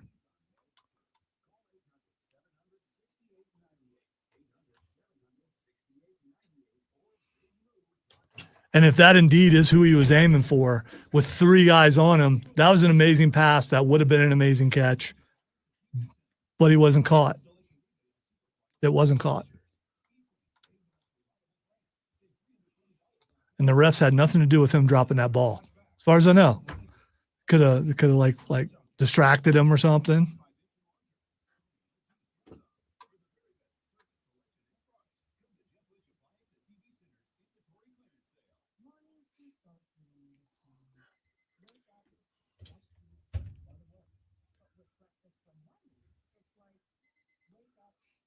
Hey, Herm, remember when you were the coach of the Chiefs and you couldn't do any of this? Lonzo does.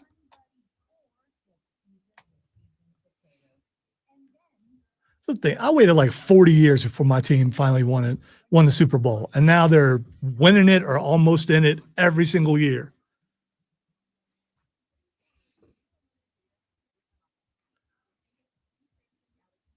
I'm going to enjoy myself in the sunset of my life. It's maybe a really long sunset. If you think about it, no. If you think, what's the average age an American male lives? I think it's like 78, or it may have went down. Oh, it's been going down. Yeah. So, I mean, I'll have to beat the odds to get past that. So this is my twilight, apparently, and not sparkly vampire twilight. 77. See? God. Dude, I'm on my back 9. Yeah, I'm 11 years away. I'm already on the back 9. I'm 11 years away of Woof. trying to beat the. Well, no, it's more. It's more. Than that. It's 21 years. What am I doing here?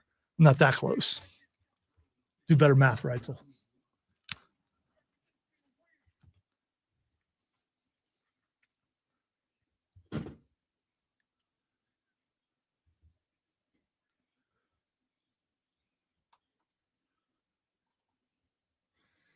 I gotta tell you, not the start to the hour I was looking for here.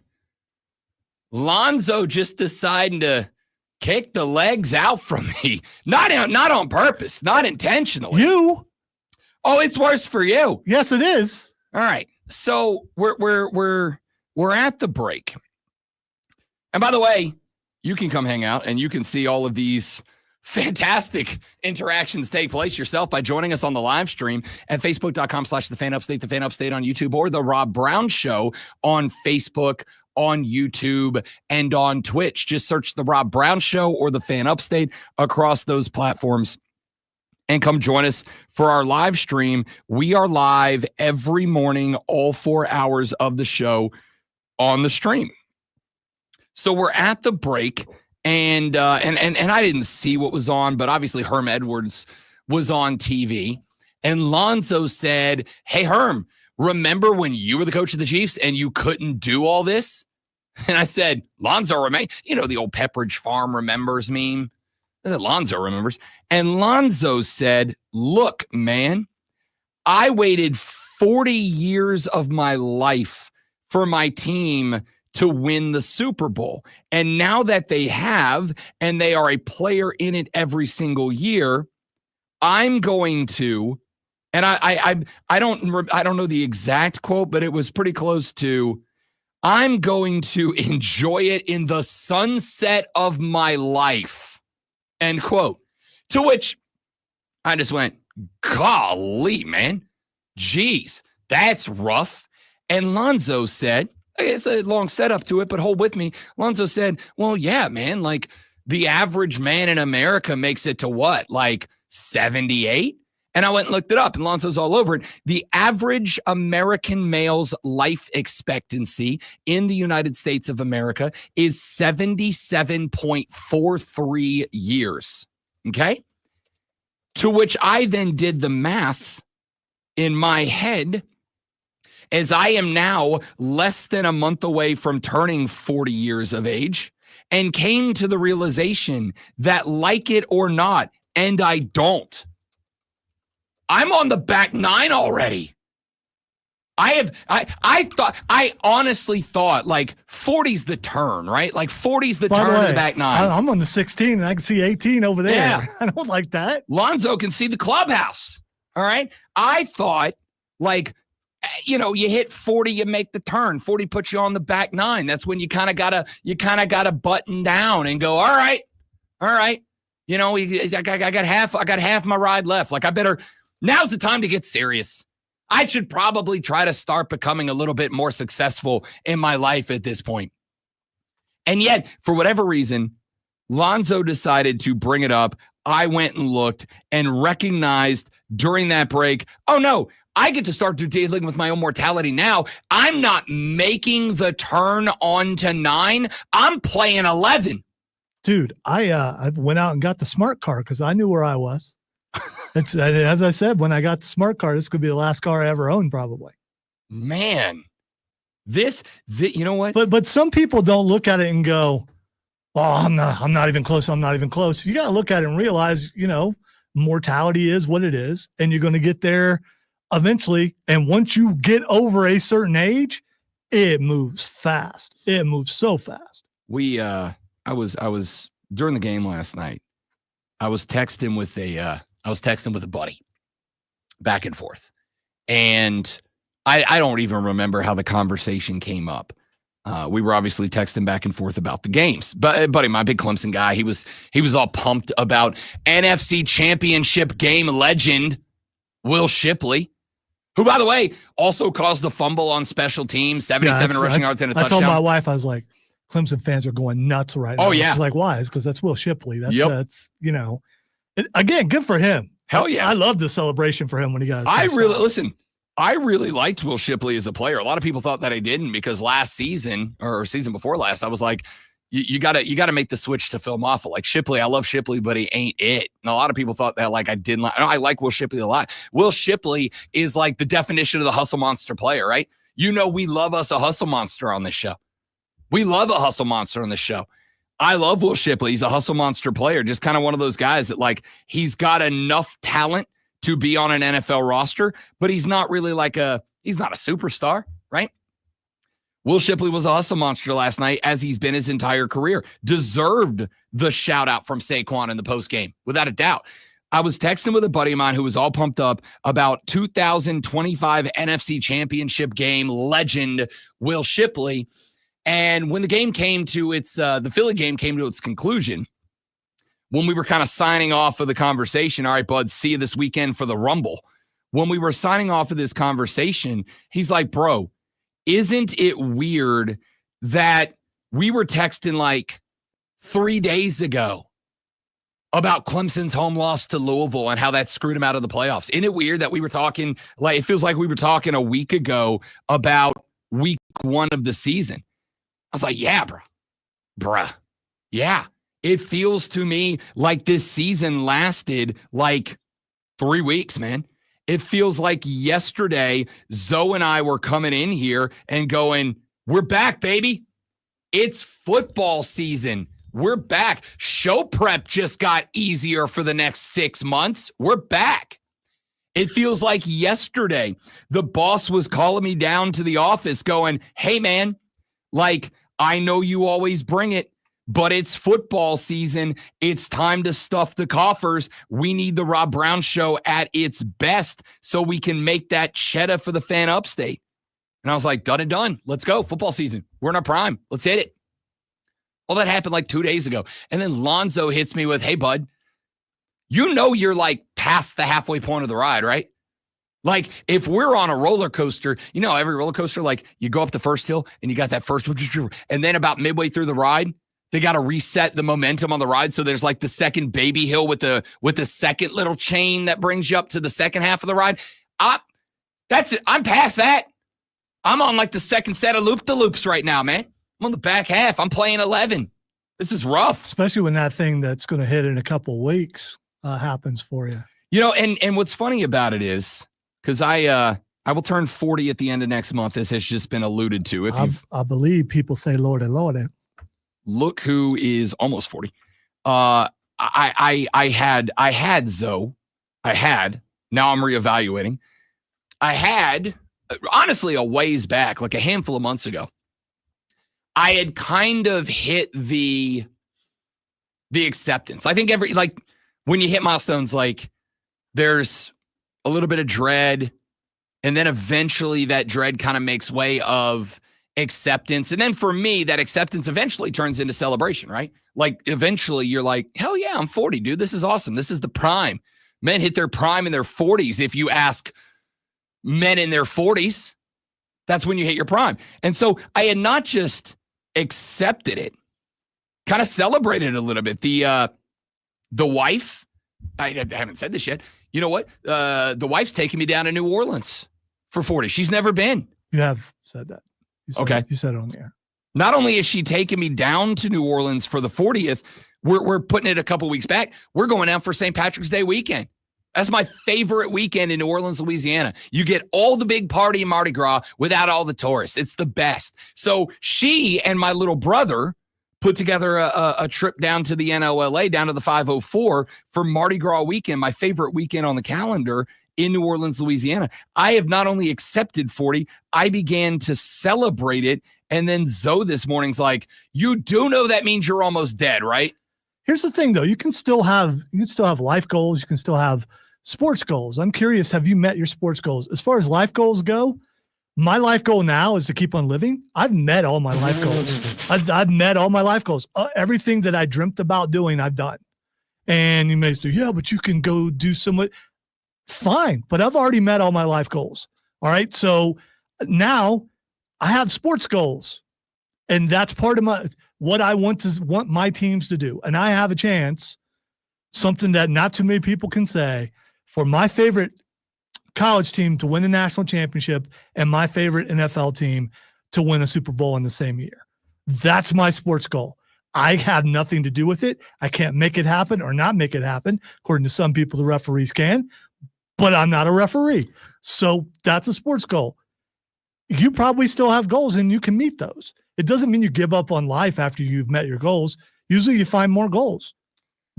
I 100% am a replacer, right? Like as soon as I accomplish something that I want to accomplish, I'm just on to the next thing. And that's true about it's ambition. And you should have that kind of ambition. That is true about like my professional life, right? Like we went over to Columbia Zoe went over to Columbia last August. I had something that I had on the books that I couldn't get out of. Lonzo went over. I was gonna say, don't say we, because I had to go up on stage and accept an award that Mark Ryan had voiced. And the boss is probably still mad at me because I said no when he made me go up there anyway. We collected last August the 3rd South Carolina Broadcasters Association Sports Talk Radio Show of the Year award. And Zoe, I couldn't make it. I had something else on the calendar that it was just bad timing, bad luck, couldn't get there. Lonzo accepted the award and he texted me. He's like, yo, bro, we did it. We got it. And I was like, yep, hit the celly. Let's go. Hit the victory emote. I'm all in. And then the next day, Zoe and I were like, what are we doing for 4? How are we getting to 4?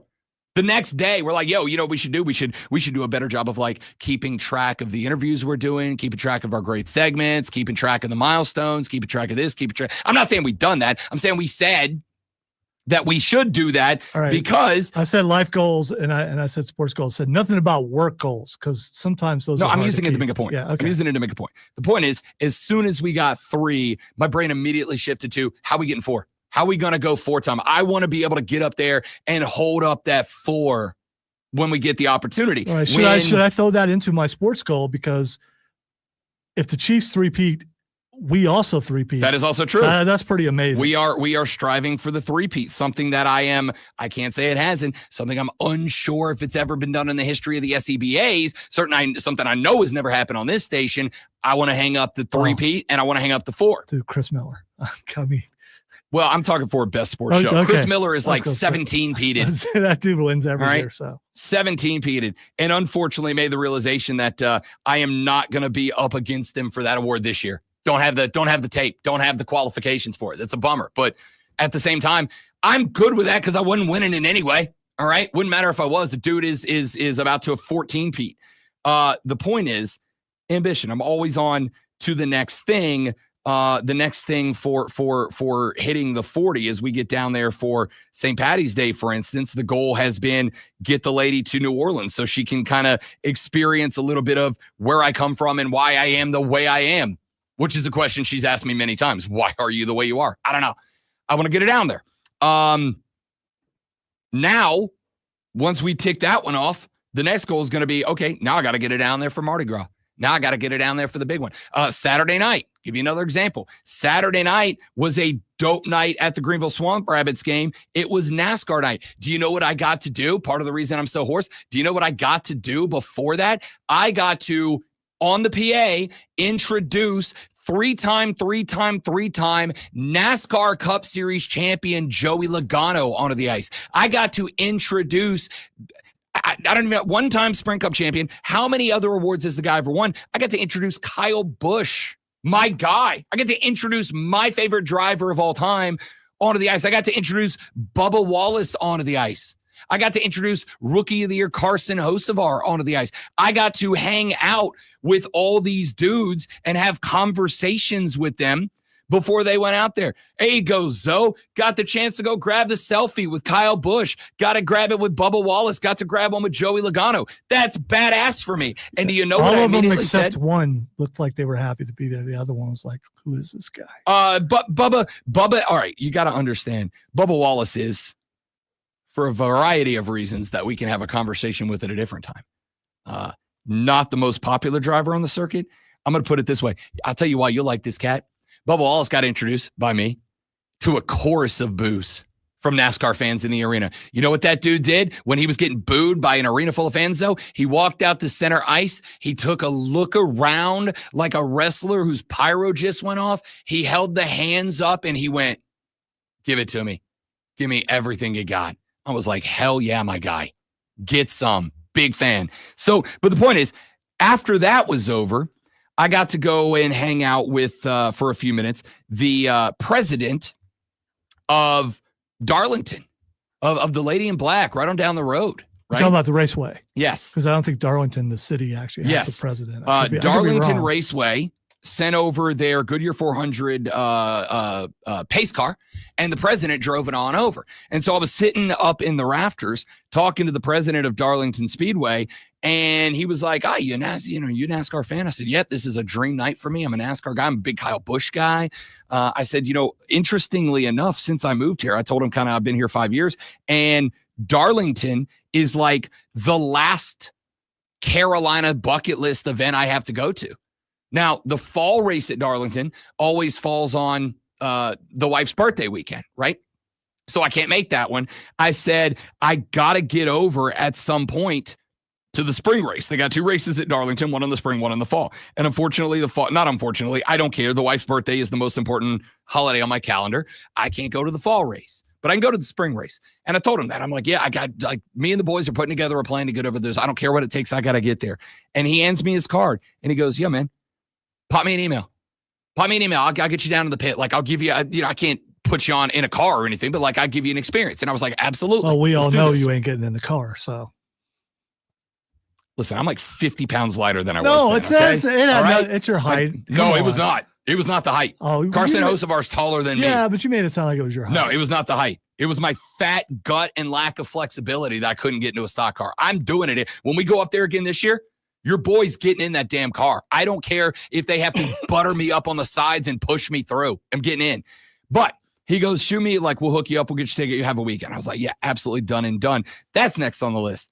And then once I get over there, next on the list on that is going to be, how do I get him to let me be the gentleman start your engine guy?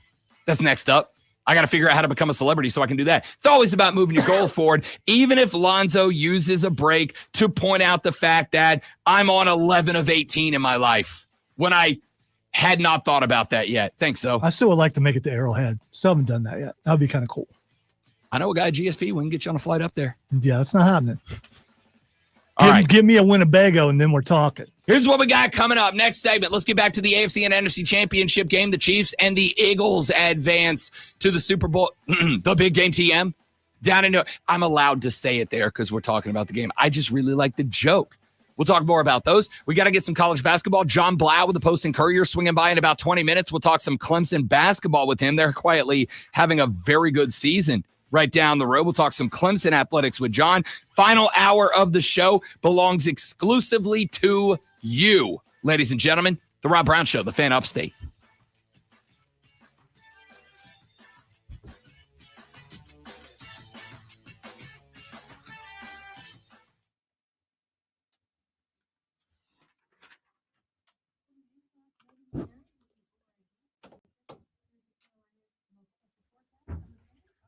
Bring back the weird, the right sounding weather person.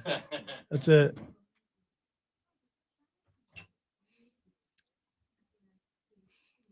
Well, we talked about before how I believe fandom is hereditary, or it's where you grow up. So I lived in Columbus, Ohio, grew up there, lived there for I think I moved here when I was 29. I'm 56. Or maybe I moved here when I was 20. Anyway, I've lived here longer than I lived there. But the stepdad that I had at the time started watching football. It was the first time I ever really saw football. I was in high school, and he was watching Cincinnati versus San Francisco. And everybody was going nuts about Cincinnati. But there was a guy there who really stood out, and that was Joe Montana. And I didn't have a team, hadn't picked a team because, again, hereditary. I wasn't surrounded by other than Ohio State, as far as NFL goes, I wasn't surrounded by, a father or friends who really rooted for one team or another. But I became a Joe Montana fan and hadn't really picked a team yet, was watching Montana some. Then Montana kind of got screwed over and went to Kansas City. At the same time, somebody else who got messed over, Marcus Allen, left the Raiders and went to Kansas City. So I decided then and there that Kansas City would be my team, and they've been that ever since.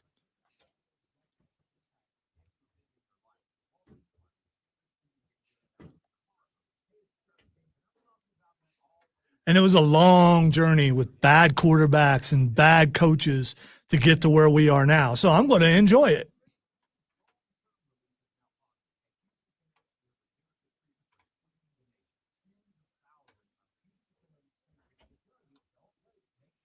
Think if you're like a Detroit fan, you've been on that long journey too, and you're so close the last couple years.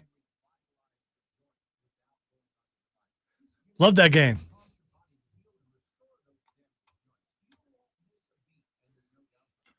Even though there was a former host who was the arbiter of all things who said that you can't do that. But again, I think sports are hereditary, and if you don't have someone to hand it down to you, then you choose what you want for whatever reason. And I chose Kansas City, and I've stuck with them. I'm also a Panther fan because we moved here and we covered Panthers forever. And I don't believe you can cover a team as closely as I've had to for a long time and not at least become a partial fan of that team. I do, depending on the role you get placed in. Because I can tell you straight up. I also did a sports show for 14 years, and we concentrated on certain teams and the area. So, I mean, to the point where I was – and Panther Camp is the only camp I've ever been to. It's the only stadium I've ever been to. I guess you can go there and go, I hate this place all the time. But I thought it was, and still do, think it's amazing. But I don't have anything to compare it to because I've never been to another NFL stadium.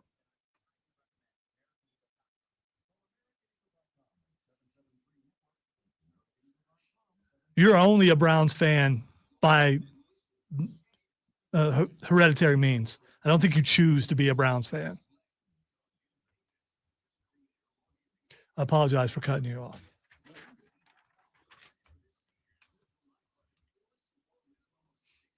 I am not a Panthers fan. I am a money fan. And when that team is good, I make more of it, of which I am a fan. I am unabashedly a Bryce Young fan. And I'm a Bryce Young fan both because he is a stellar dude, and I think we need to do more propping up of stellar dudes when we get the chance as a society, honestly.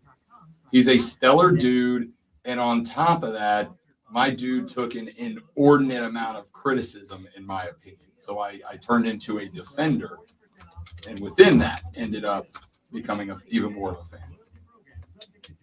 Whereas I don't like short people, obviously. Lonzo is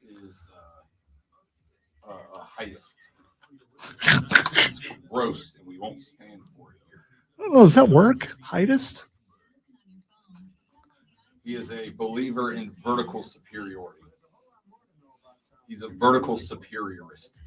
Or as Eugene once said, you don't like midgets? It's quoting Eugene, so please don't come at me. One of the most famous wrestlers of all time. I will say this, Trey. I hate the Atlanta Falcons with every fiber of my being. I have a ton of respect for Arthur Blank for the way that he runs his stadium for the fans. All right, continuing to talk a little National Football League football here on the Rob Brown Show and the Fan Upstate, Robin the Great One, Alonzo this AM and every AM from 6 until 10 a.m. Hey, do us a favor. If you like the show, Lonzo and I would like to get rich and famous. Please tell your friends about it, all right? If you like the show, I cannot tell you how immensely helpful it is that you guys promote us. If you like the show, tell your friends about us, share us on your social media, et cetera, et cetera. Yes, I know it's gross to beg for help, but that's broadcasting, baby. If you like the show, share it around, help us grow it. The more people we get into the Armada, the bigger and better the show gets, the more we get to do. If you don't like the show, share it anyway, because other people may share in your dislike. Yeah. Which still works. Tell everybody how much we suck, and so how they can tune in and garbage go, we are. Wow, you're right. This is a horrible show. Tell everybody how we don't know ball and that they should tune in to hear how stupid we are. We're good with that too. All right. Share it around. Let's have a little fun on the program this and every weekday morning from 6 until 10 a.m. Okay. We have spoken at length about the Eagles' big win over the Commanders. We have spoken at length about a close Chiefs win over the Bills. I don't think it is too early to get our initial thoughts in on the Super Bowl in 2 weeks, in 13 days, down in New Orleans, Louisiana. I am going to start with this one. And I said this a little while ago. I'll bring it up here because to me, it is what makes this Super Bowl quite fascinating. This is going to be a physical game. This is two teams of maulers, in my opinion. This is two teams that are big. They are physical. They want to win at the point of attack. I am speaking primarily, though not exclusively, about the Eagles' offensive line and the Chiefs' defensive line. That is where these two teams have invested recently.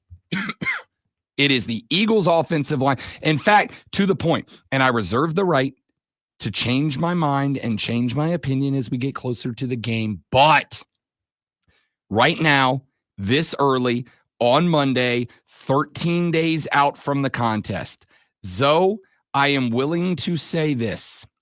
The game gets won or lost based on those two units. It is Kansas City's defensive line able to establish the line of scrimmage and limit Saquon Barkley and the damage that he can and will do? Or is the Eagles' offensive line able to open? The beautiful thing about Saquon Barkley and what he's done this year is that Saquon does not need you to steamroll a lane for him. He's going to find it if you do. But he doesn't need you to steamroll a lane, right? Like that's the expression we use so often when you're talking about offensive lines. Can they open running lanes? Saquon doesn't need a whole lane. Saquon just needs the shoulder. He'll pass you on the shoulder. He just needs a little bit of space and he's gone. Whereas most running guys like Derrick Henry, you got to open a lane so he can get through it. Derrick Henry runs like a car, like a truck. Just poof, he's going to pound into you and he's going to try to move you. And if you open a lane, he's going to blow through it. Saquon Barkley is like a motorcycle in that he's fast. He's a sturdy running back. He can run through arm tackles, right? He's not the most physically demanding running back in the NFL, though. And that's why I say he's more like a motorcycle. Have you ever heard the concept of lane splitting?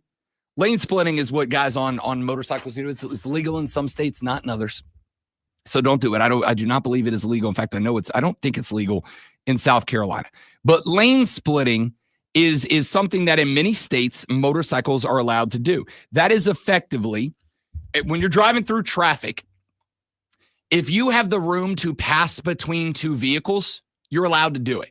Okay. If you have the room to pass between. Now, this is ordinarily what you do at, say, a stoplight, right? If I'm on a motorcycle and I pull up to a stoplight and there's 8-9 cars in 2 lanes, in a lot of states, motorcycles are allowed to drive between the cars and go to the front of the line. And the reason why is, obviously, number one, gets them out of harm's way so they're not wedged in between cars in case somebody doesn't see the red light and fails to stop. Motorcycles take the brunt of that damage. And number two, because motorcycles are just inherently faster at a green light because the weight to acceleration ratio is way better. I knew you were expecting to talk about this on the show this morning. They're allowed to go to the front of the line because they will not hold up traffic when the line turns green. They can just go and get out of the way. Saquon's like that. He does not need all the room that a car or a truck needs. He needs just a little bit of space, and he can accelerate through that faster than anybody else can. That's what's made him so special this year.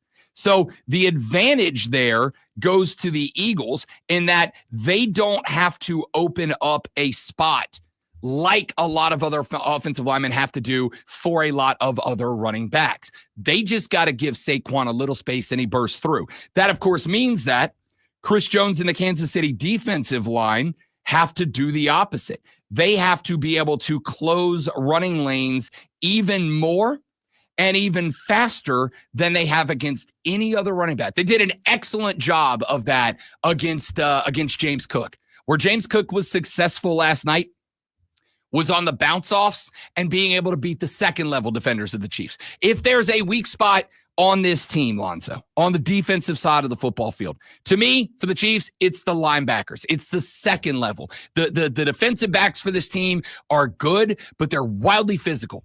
And they hit, and they make wide receivers think about catching the football. The defensive line might be the best in football that doesn't get credit for being in that conversation, or at least haven't been. I think they're starting to get it now. But I heard it mentioned a bunch of times that Philadelphia has the number 1 defense and the best defensive line. I don't know if that's accurate or not, but that's what I heard during the game. I think that this game comes down to, at its core, if you made me pick one thing, I think it comes down to the Kansas City defensive line and the Philly offensive line. Because if you get me Saquon Barkley regularly getting into spots where he is one-on-one against linebackers, I'm going to take Saquon Barkley every time. And not just against Kansas City's linebackers. I take him against the best linebacker units in the country. Saquon Barkley has an innate ability to make guys at the second level miss. If you go back and you watch that Washington game yesterday, one of the things that I think you will notice is that more often than not, if Saquon Barkley got hit at the line or behind it, he didn't go anywhere. When Washington had success against Saquon Barkley, they had success by hitting him at or behind the line of scrimmage. Anytime that Saquon was able to find a little green grass, Saquon Barkley turned into a different breed of cat. He goes from being Tommy into being the Green Ranger as soon as he hits the second level of the defense. Wow, what a reference there. Yeah, well, I'm digging deep today. And I think that's if I'm Kansas City, I have to recognize that. I have to recognize that my defensive line Ordinarily, their job is what? It is to fill gaps. It is to remove run lanes and create a world in which the linebackers can flow over and around those blocks, get to the running back, and stuff him. This defensive line is going to have to be as responsible for Saquon Barkley as linebackers are. Because if you allow Saquon to get to Kansas City linebackers, that's where Saquon Barkley is going to end up beating them. That's what Philly's done all year. I don't see any reason they would change that coming into the Super Bowl. And again, Buffalo changed a lot of what they did. That's why they lost. Well, Philly didn't. There's two things to really fear if you're at Kansas City, and we're really going to get into this for the next 2 weeks. And one of them is Saquon Barkley, and the other one is the original tush push. Yeah, because you can't stop Philadelphia's. They could stop Buffalo's. I don't know if they stop Philadelphia's. So if Saquon Barkley gets you within 1 or 2 yards, chances are they're getting that first down. It's going to be a time of possession game. There's just so many things. But if you can stop Saquon Barkley, you can beat Philadelphia. It's again, I do agree with that. And that's why I said the Philly O-line versus the Kansas City defensive line to me is the game. If we come out of that game, if we are going into the fourth quarter, and we feel like one of those two units has an advantage, one of those two units is playing better. If we're going, the Philly offensive line is just mauling the Kansas City defensive line, Philly's winning that game. If we go into this and we say there's just nowhere to go, the Kansas City defensive line is not just closing gaps, but they're never letting them open in the first place, Kansas City's going to win that game. I think you've got a pair of offenses that match up very well for different reasons. I think it's going to be for Philadelphia, what do you do to limit? And by the way, Buffalo said we got to limit Travis Kelce. He had one catch for like 19 yards last night? Travis Kelce wasn't needed last night. By the way, yeah, he was. He was blocking his butt off. Okay, as a pass catcher. Yeah, but you go look at him as a blocker, and he was opening holes for people. And you don't just as a tight end, although you think of him as just a pass catcher, he's not afraid to get in there and mix it up. No, not at all. Travis Kelce was immensely valuable last night as a blocker, not as a pass catcher. He's valuable in that he becomes a distraction. You know who wasn't? Defense to you know him. Whose name you didn't hear at all? Noah Gray. And that's surprising. I didn't think about that till just now. Noah Gray, was he even on the field? He was on the field. Did he ever get a pass going his way? No, but I also think I get the impression that a lot of what Buffalo was doing last night was taking the tight ends away. Right? Hey, if you're Mahomes, you're not getting Kelce and Gray. You're going to have to get it to your ones. And Mahomes was, and that's where they got in trouble. All right, we're going to talk more about that. Obviously, we got 13 days between here and the big ATM, but we're flipping it to the college game with John Blau of the Post and Courier next on the Rob Brown Show in the Fan Upstate.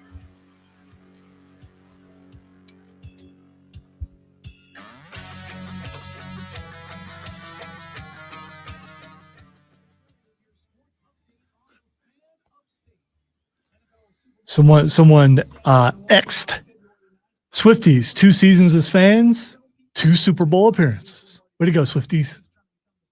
Swifties can't lose, man. They can't miss. Remember all that talk about how that relationship wasn't real and it was a business relationship? If it was a business relationship, it's lasted quite a bit of time, and it's worked out really well.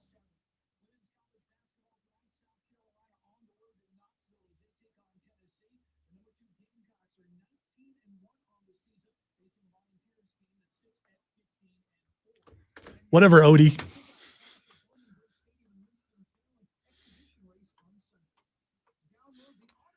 That's on purpose. That's why I did. That's why I shouldn't have to explain it. I'm explaining the joke again. I just never explain a joke. By the way, did you hear what I did Saturday? Nope. You didn't? No, I didn't get a chance. Oh, I wanted to go back and watch it. I didn't get a chance. I even texted Chris and told him to tune in to accept an apology that was long overdue. So I started out apologizing to Chris for what is known as the "they live" effect and how politics crept into the brackets and how it came to a crescendo with Tinkergate. Tinkergate. And then I brought the brackets back Saturday. Yeah. And no one knew. And first thing I did. So you didn't give people time to conspire. Oh, no. I went straight up. We're talking boy toys. I started talking about Timothy Chalamet, and I started talking about Matt Damon. I started talking about all that. And then I didn't give them the sheets till we actually got in the segment. And it's all toys that boys would play with from 1974 to present, including like Frisbee. Who were your one seed? Who were the one seeds? Didn't care because I care. I took a ton of the toys from the Toy Hall of Fame, which even includes, we haven't got to yet, a stick. Oh, the brag. Okay, so this is going to be a multi. It's just all toys. Okay. Yeah. I think the game of Risk beat out skateboards, I think. You know what? Subscribe to that. Yeah. Subscribe to that. I mean, and of course, there were complaints, and I said, I don't care. This is mine. I'm controlling everything. You guys are not going to do the politics because I don't care who wins. If a stick wins the whole thing, good. It's the He-Man Woman Haters Club. We got to get John on the phone. There's all that stuff. Oh, yeah. My bad. All good. We had an important conversation.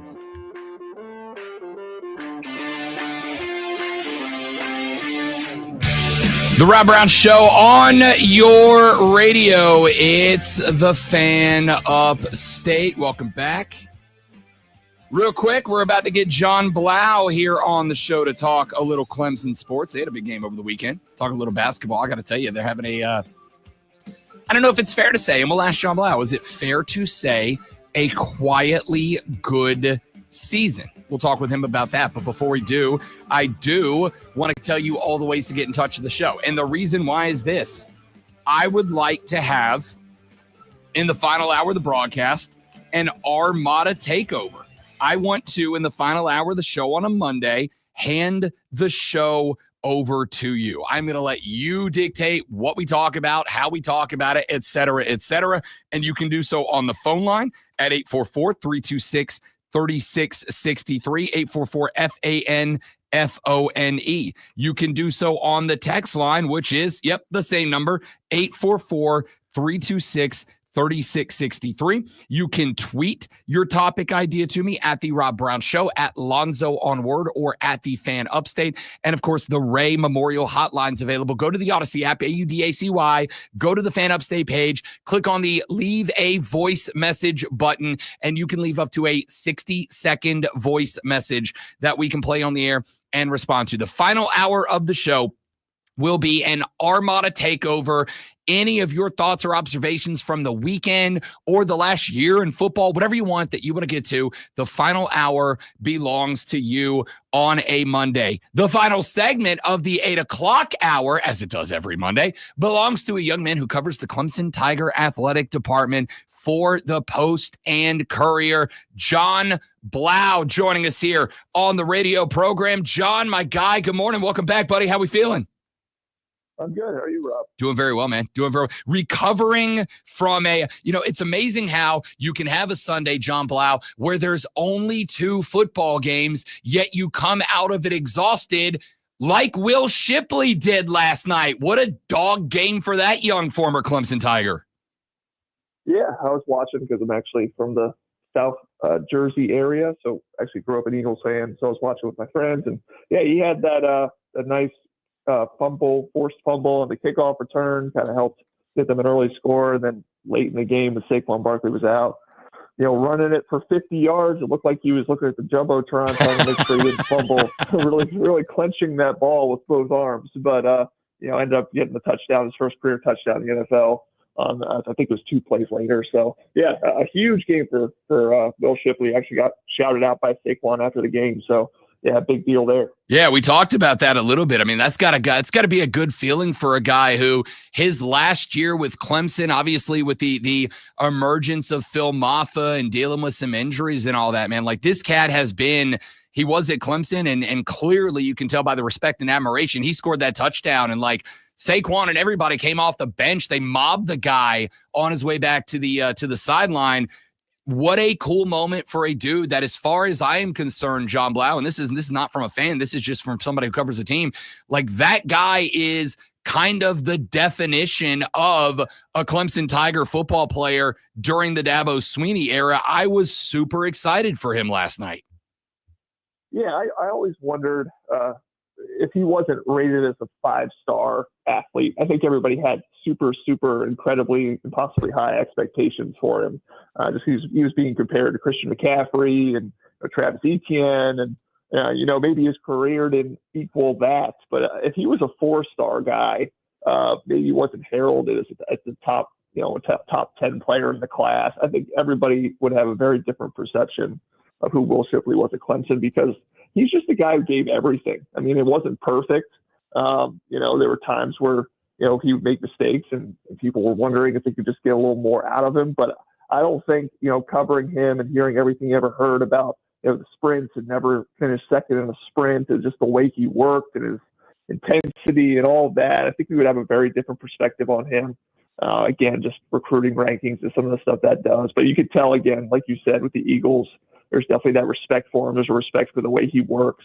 And they obviously, like you said, they were super happy for him. And I think a lot of people back at Clemson were super happy to see that as well. Without a doubt. John Blau from the Post and Courier joining us here on the Rob Brown Show and the Fan Upstate. I do want to get to Brad Brownell's basketball team on a 5-game win streak here in just a minute, John Blau. But we're in football country. Got to ask, as far as the offseason goes, we've hired Tom Allen now to come in as the defensive coordinator. He had a heck of a run as the DC up there at Penn State, did his debut, his press conference, all that, made his introductions last week. Since all of that has happened, what has been the tone around the office as far as getting him integrated and integrating his self with his new players, et cetera? What's the conversation been about the new DC up there for Dabo's guys?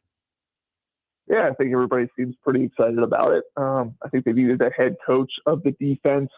And Tom Allen, obviously a guy who was a head coach at Indiana for several years, then obviously went to Penn State for a year and now comes down here, is definitely a commanding presence of sorts.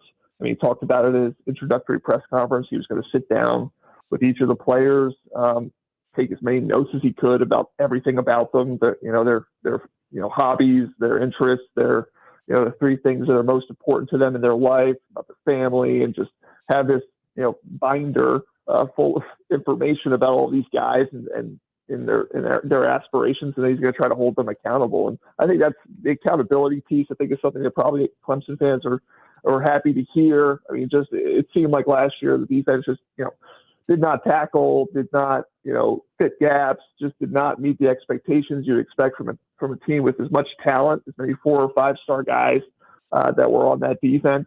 And I think that, to hear Tom Allen, who's definitely going to be somebody who is about execution, is about you're going to do your job, has an intensity about him. I think people are pretty optimistic about what he can bring, because, obviously, Wes Goodwin, was put into a tough situation. I mean, you're following one of the greatest defensive coordinators probably in the history of Clemson football, who was such an authority, and Brent Venables. He just did not have that same type of personality, that command of a room. And he was kind of put in a tough situation, but Tom Allen probably does have that command of the room, and he's gonna demand it. He's gonna get that respect, and it's gonna be interesting to see how he drives these guys, and in the off season, and then into a very important 2025 season. One of the things that I heard a couple of weeks ago, and I'm trying to remember, I think it was Aaron Glenn, who is now the head coach for the New York Jets, the former Detroit Lions DC. He was doing an interview, and he said that to him, the most important thing in football coaching today, and I think he went so far as to say at any level, is the ability for the coach to be able to relate to the players on more than just a football player to football coach, professional relationship, the ability to talk to these guys and understand who they are and what drives them and what ambitions they have and all of that, because it's not the 1970s where it's, the expectations are show up, lift weights, run fast, play hard. People are people, and they carry that all over their lives now. From what I have from a distance been reading about this guy, watching on the interviews, that seems like it is important to him, while also having that mentality of, but I also expect you to be a great football player and represent that Tiger paw well. And I think that's something we've said a long time about Dabo Swinney too. Important to have those relationships. Former Clemson Tiger players always talk about how big those were, et cetera. it seems to me like, and again, we're nowhere near the football season, but he kind of fits that philosophy and that mentality well. And oh, by the way, he's won a lot too. Yeah, I mean, his motto at Indiana when he was head coach, and it's really weird for me because I covered Indiana in 2019 and 2020, so I covered Tom Allen, and so it's weird that he's coming to me. But it was love each other. It was LEO. It was very similar to Dabo Sweeney and kind of what he emphasizes here in terms of kind of a relational, not transactional type of program. And you know, Tom Allen. He's a former high school football coach. I mean, he did high school in Florida and then Indiana for a long time before he jumped into the college ranks and kind of swiftly moved up there. He's obviously invested in the kids. I mean, you're not going to be a high school coach and be someone who doesn't care at all. It's not a business at that level, and that's where his roots are. He's basically like a very revved up social studies teacher is kind of what I would compare him to. He's a very down to earth person. He has that ability, like you were talking about, to connect with guys, to get the most out of them, to drive them. Very emotional guy. You can tell he's not inauthentic, and so he'll definitely, from my experience, from what I've seen of him, I'm sure he's going to connect with the guys that are going to like him. And like I said, he's going to have standards. He's going to, they're going to play a very aggressive style of football, which I think players like. I mean, he's going to blitz the house way more than, you saw probably with Westcombe in the last couple of years. They're going to be aggressive. They're going to bring it to offenses, and it'll be interesting, again, just to see kind of how he connects and then how he drives these guys, again, in a very important 2025 season where we have a lot of guys coming back. A jacked up social studies teacher might be my favorite description of a coach in the history of this show. John Blau from the Post and Courier joining us here on the Rob Brown Show on the Fan Upstate. All right, let's take a few minutes worth of look over at that Clemson Tiger basketball team. John Blau, 5-game win streak that they picked up another with a big time dub on the road at Virginia Tech. And I think the thing that's most impressive to me about this team is that of those 5, 3 of them have been on the road. They brought a Florida State team that has been not great, but very hungry for wins, beat them by 20. They've been convincing in every other win except a road trip at Pitt, which is a tough place to go play and win. This team, I've described it a couple of times this morning, John Blau, fair or foul, is a sneaky good Sweet 16 contender, in my opinion. Yeah, because they're really solid. I mean, obviously, you look across the roster. I mean, you don't have the scoring punch with the Jaden Zachary they have with Joe Girard, but the defense and just the way he plays the game complements Chase Hunter so well, and he's just been so steady. Victor Watkins, not a guy who's going to bring the house down with a dunk like a PJ Hall, but I mean, he does protect the rim, and he does have some scoring prowess. And Chauncey Wiggins, if he can score, and obviously he put up 16 points this last game at Virginia Tech. I mean, that's a really, really just well-rounded starting 5. And obviously at that game at Virginia Tech, Chase Hunter wasn't well, and he only played 10 minutes because of the flu.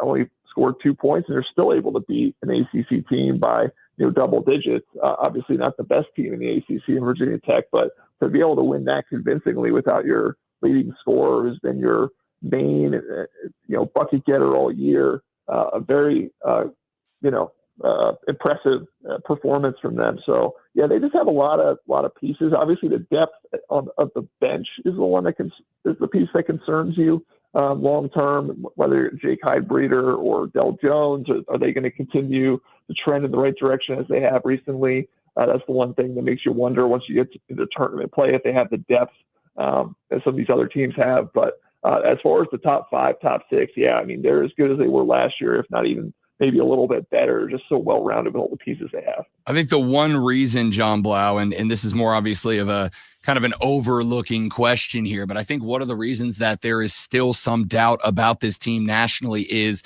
when you look at the ACC, obviously Cooper Flagg and Duke are very good. You got a kind of couple of those mid-tier teams like a Louisville, Steve Forbes and Wake Forest doing a good job at 7-2, but realistically, this conference just does not look like the powerhouse that it has traditionally been on the hardwood. And I wonder if the overall conference strength or lack of it is maybe kind of throwing some doubt at national voters about what Clemson might be. Yeah, that's the way it's been for the last 2 or 3, 4 years. The ACC, obviously, we've seen the NCAA tournament getting in maybe 3, 4, 5 teams, not getting in the numbers that the SEC and the Big 12 and some of those other conferences that they get. And obviously, the SEC-ACC challenge this year did not help the ACC's cause. I mean, Clemson was pretty much the only team that won. Yeah, I mean, there's just going to be that perception about the ACC. It's not a conference that's going to get in a million schools. But at least for Clemson right now, they're at the very top of that conference. That's where they need to stay. Obviously, I don't know if you need to win the conference. And like you said, Duke, Cooper Flag, I mean, they're probably the heavy favorites to win. But if you can stay in that top 3 with Louisville, Duke, and then you can obviously maybe add Wake Forest as that 4th team. If you're in that mix, you're going to be in the NCAA tournament, whether it's on an 8 or 9 seed type line, or if it's a little bit better than that. That might, again, make easier or less easy your path in the NCAA tournament as far as making a run. But they should be in the NCAA tournament, but it's taking care of business because, again, like you said, the ACC is not great. The net rankings do not love the ACC. You have to beat the likes of NC State. You have to beat the likes of Georgia Tech. And then you have to be competitive with Duke and have that back-to-back with North Carolina. You have to do what you have to do there. But they have to keep winning these games that they're supposed to win, and that's at least what they're doing right now. One more on the road, February 1st at NC State before Clemson gets to come back and spend a week at the crib against Georgia Tech and number 2 Duke lined up, followed by North Carolina. So an interesting run of games coming up, and we will continue to talk about them with John Blau with the Post and Courier. Joins us every single Monday at 8:40 to talk Tiger Athletics. My man, thank you as always for the time. John Blau, enjoy the week. We'll talk to you next Monday, bud. Sounds good. Thanks, Rob. You got it. John Blau celebrating a win for the Dirty Birds of Philadelphia over the weekend. Good to hear him. Hey, when we come back in the next hour, we don't do this very often, but I'm doing it today. An Armada Takeover. The final hour of the show belongs to you. I'm going to let you tell us what we're going to talk about. You can send it to it on the text line at 844-326-3663. You can call in and take over the phone lines at 844-326-3633. You can tweet us at The Rob Brown Show with your questions. You can go to the Ray Memorial Hotline for free on the Odyssey app and leave us a voice message with your thoughts. Whatever you want to do, I want your thoughts, your topics. You take over in an Armada Takeover. Now Alonzo's going to take over with his Sports Flash. Yeah, I'm trying to figure out if that's an old man font you were using on the stream or No, not. that's like the like varsity letters. That's like college letters. Okay, all right. Philadelphia Eagles ended the dream of the upstart Washington Commanders yesterday with 55-23 win to punch their ticket to the Super Bowl. Philly set a record for points in a conference championship game and for rushing touchdowns, punching it in on the ground 7 times with 229 rushing yards. Saquon Barkley recorded 118 of those, while former Clemson Tiger Will Shipley had 77 and a rushing touchdown. The NFC will be represented by Kansas City after the Kansas City Chiefs eliminated Buffalo once again, 32-29. 2 teams were statistically close, according to Rob, with Mahomes throwing for 245 yards and a touchdown, and Allen throwing for 237 and 2 touchdowns. But, Mahomes also ran for 2 touchdowns. Tune in Wednesday at 5:30 as the Furman Paladins take on the Sanford Bulldogs. Furman versus Sanford right here on your home for Furman Paladins basketball, Fan Upstate.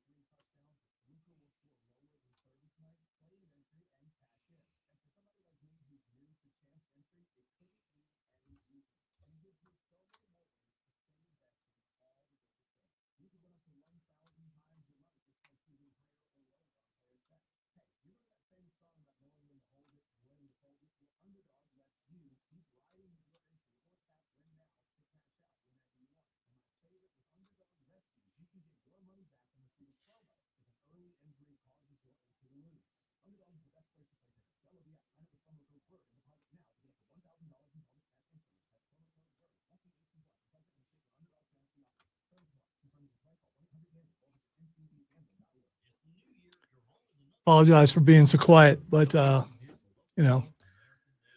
really contemplating taking the hat and the glasses off. I made it 3 hours. Didn't think I would make it this far. It's not a hat guy.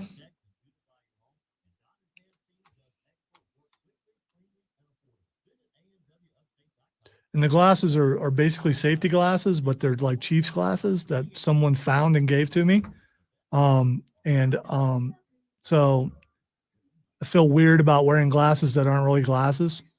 Although the way Rob drops things, safety glasses might be the way to go, because there's going to be a deflection at some point, and it would hurt my eyes or my or something. So maybe I make it. I don't know.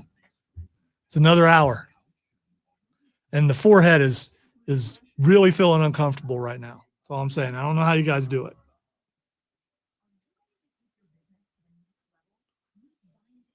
And this is the other than my trucker hats. I got a couple of trucker hats. I like trucker hats, made for large heads. Trucker hats. This one's actually fairly comfortable. Glasses are bothering me more than a hat. It is incredible how many Facebook administrators there are. Like every day I get like 3 messages about how my account's getting shut down. Your account or the fan account? Mine. Okay. Well, the fan too, but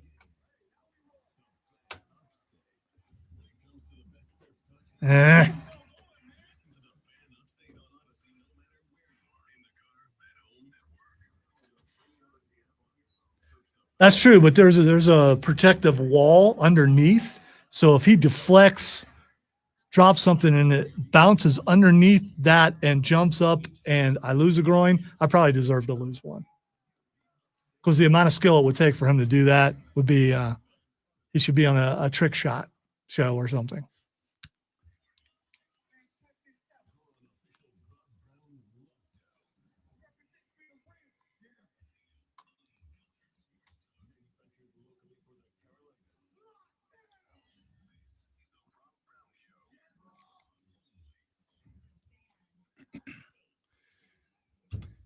And just like that, we hit the fourth and final of the money hour of the Rob Brown Show right here on the Fan Rob, Upstate. I don't know how you do it, man. Gloating is hard work, and I just don't usually do that, and it's taxing. I'd rather sit over and just troll in my own way about what I'm wearing or something. But I'm usually not the gloater.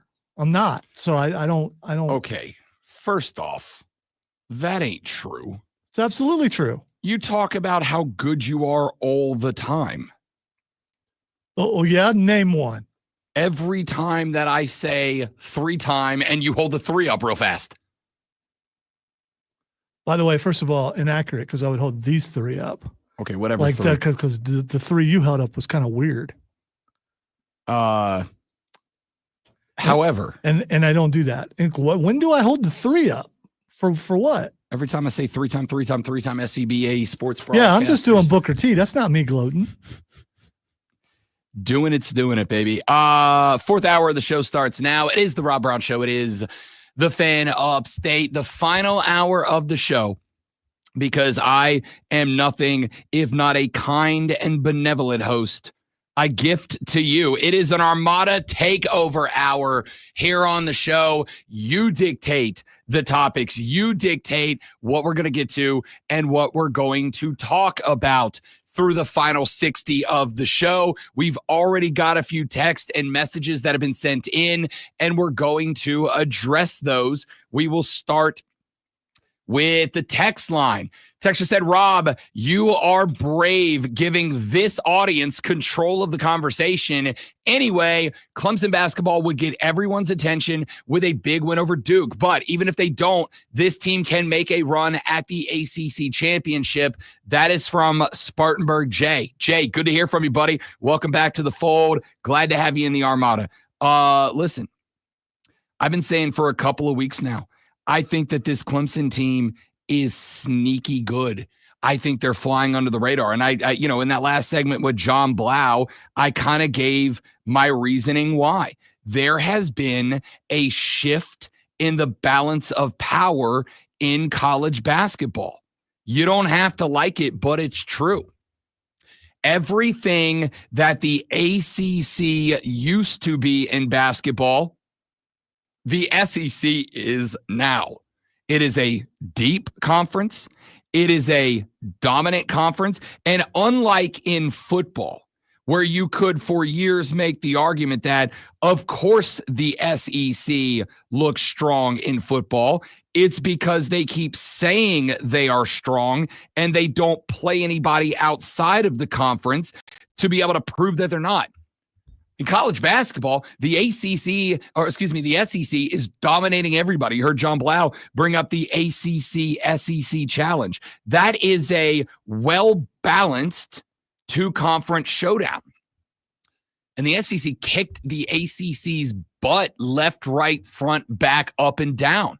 They are a dominant conference, and that is at this point empirically provable just by who they played, when, where, and how much they've won by over and over. The ACC has lost I don't know if it's fair to say, but I'll say it anyway, decades-long stranglehold that it had on college basketball. It is now, in terms of national recognition, Duke, which has national recognition for two reasons. Number one, because they were the college basketball program for as long as they were. And number two, because Flag is everything he's been made out to be.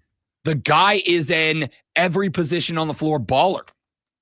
So they've got their dude that makes them stand out. And as branding is everything in the year 2025, they are writing decades worth of branding to that. Clemson's right there in the back pocket. They're right there in the back pocket and hanging with them. The biggest problem I think that Clemson has in terms of gaining national prominence, and I know a lot of people are leaning on, and I think it's fair to do so, and it is a football mentality that I acknowledge has some weight in basketball. This whole thing of Clemson's not getting recognized nationally. They've been hanging out around 26th to 30th throughout most of the year. They may or may not just crack the top 25. And I do think it is important to acknowledge that they are a 4-loss team right now. A lot of the teams that are up towards the top of the college basketball rankings right now aren't, right? I'm looking at Auburn, who was last week's consensus number 1. They're 18-1. I'm looking at Duke, who was last week's damn near consensus number 2. They are 17-2. Iowa State last week was at number 3 as we wait for AP to 2 losses, right? Clemson has 4 losses, but that is twice the number of losses as everybody else inside the top 5. That's why they've been hanging out at that 25, 26 spot. I expect Clemson is going to begin probably this week, start to closely and slowly rise up the rankings 1 week at a time. But the other issue they have is the fact that the ACC does not have the brand superiority that it has had in years gone by. And so you are a 4-loss basketball team inside of what is probably the 3rd or 4th best conference in college basketball. And it has created a world in which your 4-loss schedule just does not have the weight that it would have had in years gone by in the ACC. And that's unfortunately part of the reality of where Clemson is right now. And we can talk a lot about it. I do believe that it has a lot to do with what is happening in the football landscape, because as much as we have talked about the fact that the conference realignment and NIL and portal and all that is a conversation that impacts football the most, it absolutely has an impact on basketball, a massive impact on basketball. And that is part of the reason why I absolutely believe that Florida State and Clemson both want out of the ACC. Part of that impact is being felt on the basketball floor. The ACC is dragging down Clemson basketball and what Brad Brownell has very clearly shown by last year's run in the tournament built up into being something very impressive. So I agree with Jay on that. You go take down 2 more wins on the road and you knock back Duke in the middle of that home stretch and you will skyrocket. But that Duke team's real good.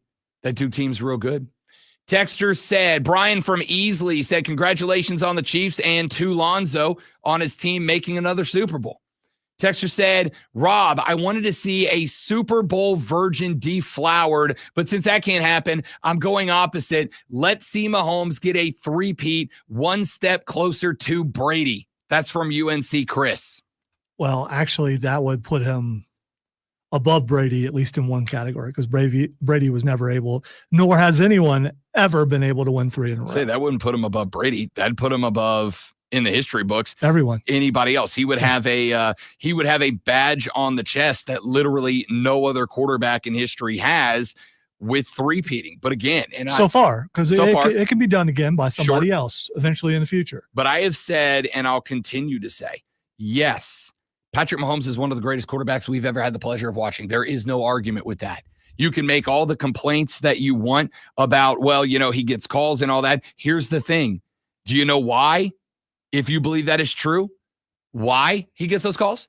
Because he is a iconic superstar. Those are called superstar calls. You don't get those if you're an everyday quarterback, if you believe he's getting them. I do, but I also don't care because Mahomes is just getting the treatment Brady got. He's getting the treatment Manning got. He's getting the treatment every superstar quarterback of the modern era has gotten, and he's just leaning into it. It's gamesmanship. I'm not mad about it. What I am going to say ultimately is that Patrick Mahomes is a legendary quarterback, and yet on top of that, he is being coached by Andy Reid, a guy that I think at this point has entered himself into the discussion of the greatest to ever carry a Waffle House menu style play calling card on the sideline. Just the Super Bowl alone, he is the greatest winning coach for both teams going into the Super Bowl.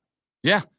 Andy Reid is doing what so many other coaches at every level of football fail to do, which is recognizing what the strengths of everybody are, not just your signal caller. Not just one of the reasons that I'm actually a little bit apprehensive about for the Philadelphia Eagles coming into this Super Bowl is that, and I've asked this question enough that I'm blue in the face, but I'll ask it again because I think it's a fair question. Going into this season, I said repeatedly, I think the Eagles are in trouble if they don't make a move with Nick Sirianni at head coach. Yet here he is going to coach his second Super Bowl in 3 years. But my question mark is, are the Eagles here because Nick Sirianni knows what he's doing, or are the Eagles here because when in doubt, Barkley it out? Which fair, right? But fair. But my question is this: if Kansas City, only team who wouldn't do that are the New York Giants. Yeah, for sure. That's why the Giants are a poverty franchise, Chris. Chris Lewis. That's why they're a poverty franchise. I was like speaking directly to him. He gets it, though. He gets it. They're a poverty franchise because they make decisions. Sirianni hands it to Barkley, but here is my question, and it leads to another comment that we got during the break leading up to this hour and Armada takeover. Whatever you want to talk about, it's yours to talk about. All you got to do is call us at 844-326-3663 or text it to the text line at that same number, 844-326-3663. If the Chiefs, and nobody's been able to, so I'm not saying that they are going to do this. I'm saying they will try to do this. If the Chiefs take advantage of the incredible defensive line that they have built, and again, they still have to be able to overcome a very good Eagles offensive line. But if the Chiefs are able to stop Saquon Barkley, do you trust that Nick Sirianni is going to know enough about the rest of the offense and what their strengths are to go toe-to-toe with Andy Reid in his offense? And the answer to me is no. This is why I've said, if I'm the Chiefs, I'm going to throw everybody I have at Saquon Barkley, and I'm going to say, you know what? We are going to sell out. We are going to actually give you weak spots on the opposite side of the field in order to stop Saquon Barkley, or at least try our damnedest to do so. Because we're going to make you beat us elsewhere. We're going to make you beat us elsewhere. And we are going to make sure that your head coach understands his offense enough that when we take away his favorite shiny toy, he's going to be able to make up for it elsewhere. Do you trust Nick Sirianni in that spot? And the answer to me is no. That is the primo reason I'm taking the Chiefs in the Super Bowl today. We got 13 days. I might change my mind. But today I'm taking the Chiefs in the Super Bowl to three-peat, because if it comes down to it, and it comes down to, does Sirianni really genuinely understand the best way to take advantage of the strengths he has on that offensive side of the football, Kenny? My answer is no. That's why, to me, the Eagles collapsed last year. And that is why, to me, if the Eagles did not get an absolute gift in the form of Saquon Barkley from the Giants this offseason, I don't think they'd be where they are. That's not faulting for them for riding Saquon Barkley to the NFC title. That's what they should have done. What I am saying is, without him, I don't think that this team is where they are, right? And that leads us to the next comment we got.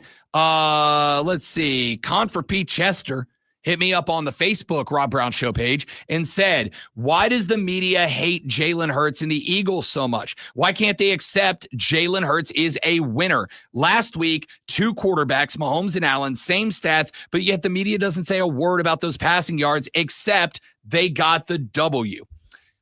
Here's why I think. I don't know that it is media hate. Here's what I think is happening with Jalen Hurts. Jalen Hurts is a guy that I think is the type of quarterback who does not stand out as remarkable at any one thing, right? Is Jalen Hurts one of the best 5 pass throwers in the NFL? I would say no. Is he one of the best 5 runners in the NFL? I would say no. Jalen Hurts, to me, does not, as a quarterback, stand out in any one element of the game. There's not one thing he does better than everybody else. Tush push. The tush push, sure. And I will say this, and you saw this last night with Buffalo. A lot of folks have asked, like, why is the tush push so successful for the Philadelphia Eagles and nobody else seems to be able to replicate it? And yes, the answer to that is Jalen Hurts, in my opinion. Jalen Hurts has figured out what he needs to do in that play to make that play successful and repeatedly successful. And the answer to this is, and I talked about this back in the first hour, I'll talk about it here in the last. If you've got the time and the effort and you really want to learn why that play is successful, I learned I read this offseason that, like, some NFL teams were bringing in, because it's a rugby scrum is what it is, right? Like, it's the NFL's version of a rugby scrum. And so some teams were bringing in, like, rugby coaches to try to figure out, to try to learn how to do a scrum in a way that they could be successful with the tush push the way that the Eagles are. To me, there's nothing that's overly complicated about it. The reason it works is because of Jalen Hurts. Watch an overhead view of the tush push, and you are going to, and watch it in slow motion, and you are going to see what it is that Jalen Hurts does that makes this play so successful, because it's not that complicated. When Jalen Hurts runs the tush push, you're going to see him do 2 things immediately. Number 1 is you are going to see him drop to the flow. All right. He's like a chick in the early 2000s when Juvenile came on the radio. Gonna get low, low, low, low, low, low. That's Flow Rider, but you get my point. He's gonna drop it to the flow. And what he does is the head stays up, but the body stays down. He puts his face mask right betwixt the booty cheeks of the center ahead of him, and he trusts the O-line to do their job. Their job is to win leverage, to get low, and to create, at the very least, a stalemate between the 2 lines. And once he drops, once that face mask goes into the booty cheeks of his center and he drops, he gets all the way down to the floor and he disappears, because they have 2 running backs And watch those two running backs too. This is also something I picked up on. One running back, Lonzo, puts the shoulder pad into the thigh of Jalen Hurts low. The other puts the hands onto his shoulder pads, and they just start driving him with 2 points of leverage. Not one, 2 points of leverage. He's a figure skater. Yes. That's how I was thinking of this earlier. He's a figure skater when they're being lifted, or a cheerleader when they're being lifted, they keep their body completely stiff. Yep. That's what he's doing. He gets low. He creates a flat plane. The only place that he has vertical targeting is behind him, right? And so he has one player that grabs him by the shoulder pads and throws him forward, one who grabs him by the ass and pushes him forward. And now you've won the stalemate because it's a stalemate at the line. And I got two running backs pushing Jalen Hurts, and Jalen Hurts squats like 1 billion pounds. He doesn't do any one thing spectacularly, but he does everything good enough, and he takes advantage of all the strengths that the offense has around him. He doesn't stand out, and he doesn't need to, because the Eagles have figured out how to win with a quarterback who does not stand out, and they just keep winning. So, Confer, hope that answers your question. 844-326-3663, or call us on that same number. Whatever you want to talk about, the last hours in our Armada takeover. We continue your conversation when we come back on the Rob Brown Show in the Fan Upstate. What are we doing, Matt? What are we doing? What are we doing? What are we doing? What are we doing? I can't ask that question anymore without yelling it like I know. Nick. What are we doing? What, did you play Nintendo or something as a kid? By the way, Orange Cane, I was just messing around, but I could have this entire back wall decorated in Kansas City stuff. But then Diesel would move it, and I don't want him touching my stuff. Actually, it'd be cold. But then Cole would get a taste of what a winning NFL team is like. So, I mean, you could have. Oh, I got an email Saturday, by the way. There was a shipping error with my flag. So it's going to be 2 more weeks. Not through it. But I did get a 50% discount on it. So, There you go. yeah.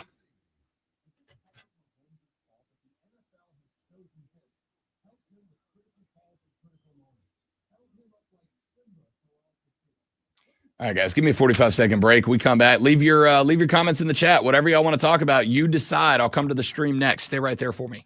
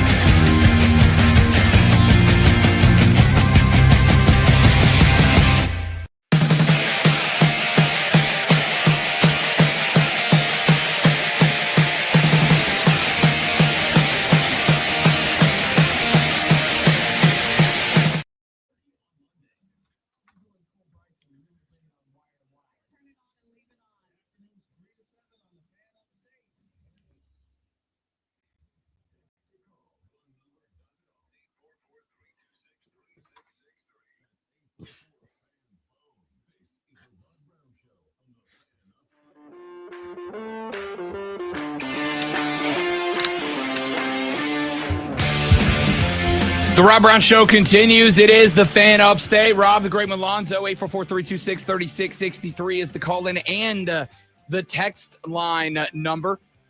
This hour in Armada Takeover. Whatever you want to get to on the show today, this hour is your hour to do it. Obviously, as the week progresses, we are going to have a lot more breakdown of the AFC and NFC championship games. We are obviously going to get our first early looks at the Super Bowl down in New Orleans, Kansas City, taking on Philadelphia for the Lombardi this year. We're going to be breaking that down extensively.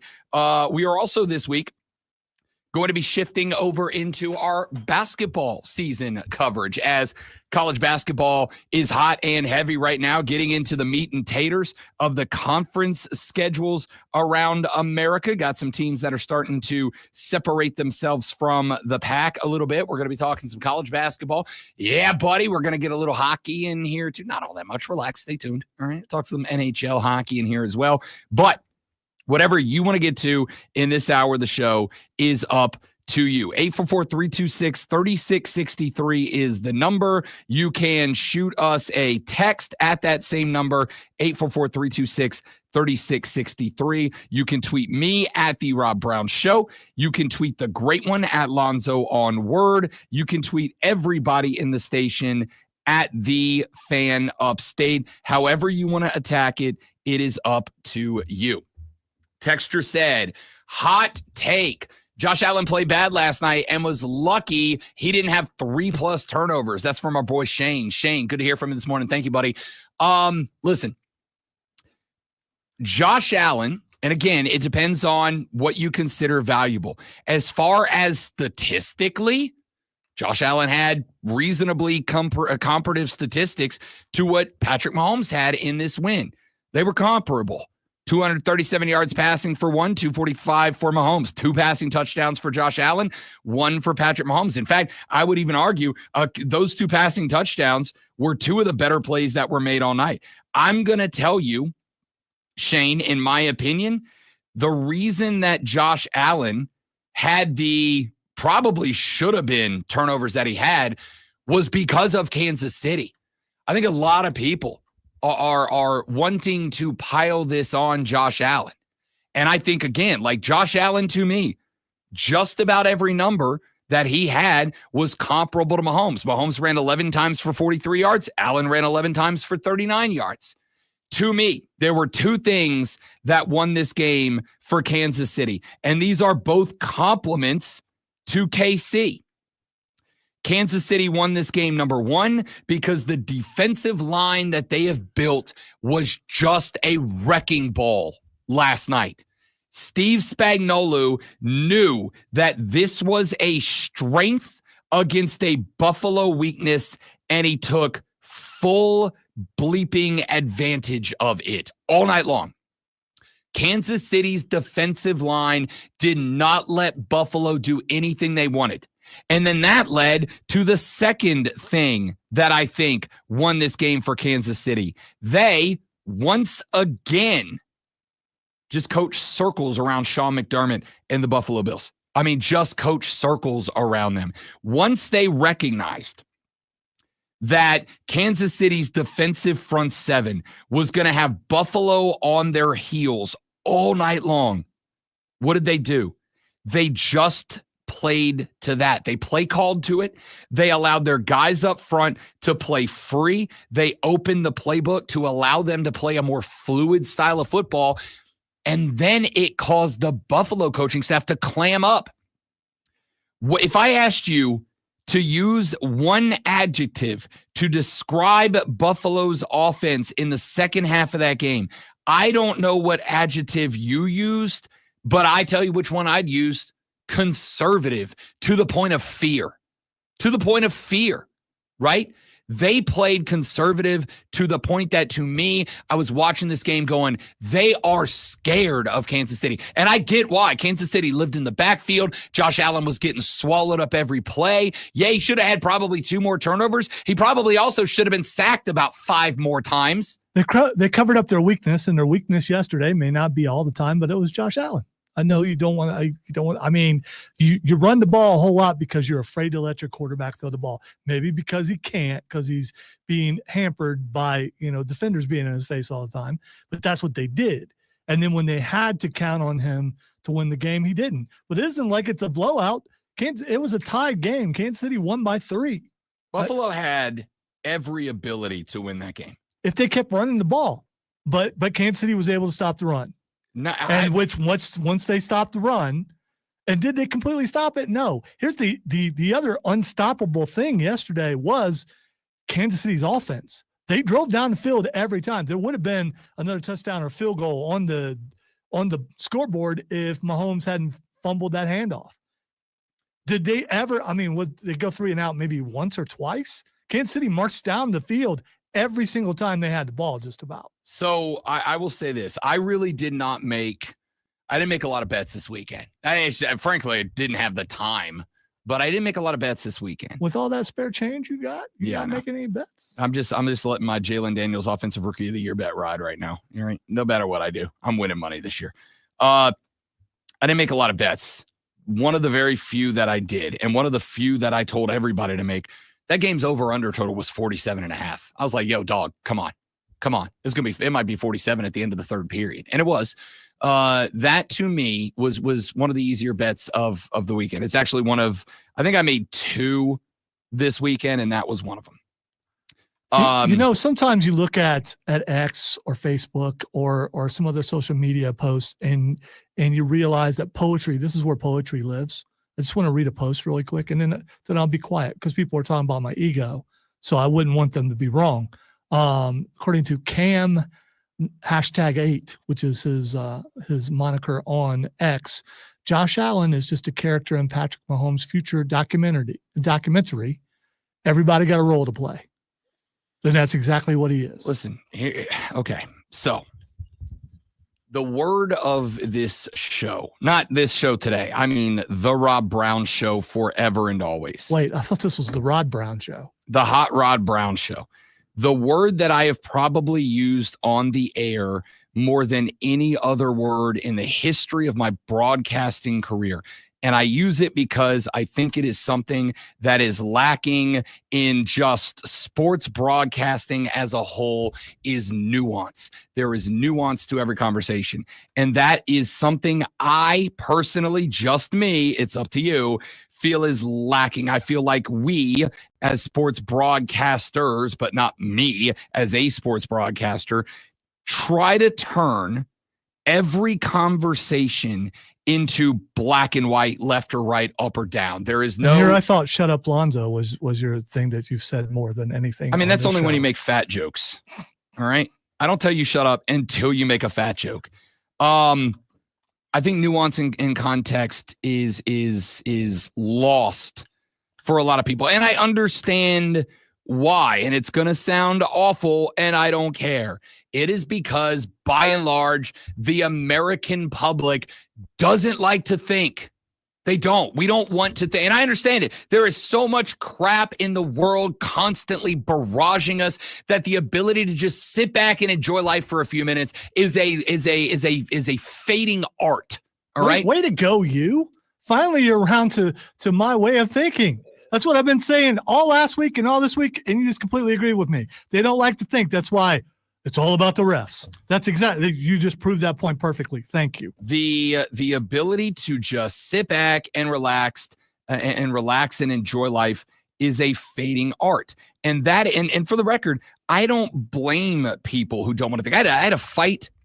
Not a fight. I had a discussion with the wife not terribly long ago, because it was a nighttime and Rob wanted to go out and I wanted to go find some music or something. She's like, I want to take off my pants and sit on the couch and do nothing for like 3 hours. And I'm like, why? And she goes, because I just want to turn my brain off. That's her phrase. I just want to turn my brain off. Right. And we all do that in different ways. I turn my brain off by being in large groups of people where I don't have to focus the conversation through me. Every job that I have, I come in here, I talk for 4 hours. I go to sports contests, I grab a mic, I talk for hours. Everything I do, I try to create environment and electricity around me. So to turn my brain off, I like to go other places where other people and things are the center of attention and be a part of the crowd, not be like the focus of it, right? She's the opposite. Every job she has, she is one of a big crowd who's like popping in ideas, but listening to whatever. So when she gets the opportunity to relax, she wants to shut it down and not have to think or contribute anything. And I understand that we all have different ways. Being able to just sit down and enjoy life is a lost art. And for many of us, no matter the way that we go about doing it, the ability to sit down and enjoy life is to be able to sit down and turn the brain off and not think, just enjoy. And sports, being the escape from real life that it is, that's where most of us who love sports, that's where we like to go to turn our brain off and not think. And that is why so many sports broadcasters take every issue and they turn it into one side or the other so that you just get to pick a side and hammer home the points of that side, right? For the record, we do that in politics too, right? This is a country of vast opinions, yet we have boiled it down to you're either left or you're right. And it's kind of disappointing, but it prevents you from having to think too much. And that's hard to do when you've also got to consider, how am I going to pay this bill and that bill? How am I going to make sure my kids are where they need to be? How am I going to make sure I can afford my groceries? How am I going to make sure the next paycheck's good? Yada, yada, yada, yada, yada.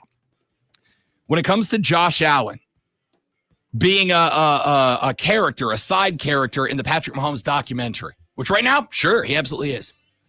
But if you think that these losses over and over to Patrick Mahomes are just because Josh Allen's not good enough, you are ignoring the context of the fact that I've been telling you for a year and a half, Sean McDermott ain't it. He can't beat Andy Reid.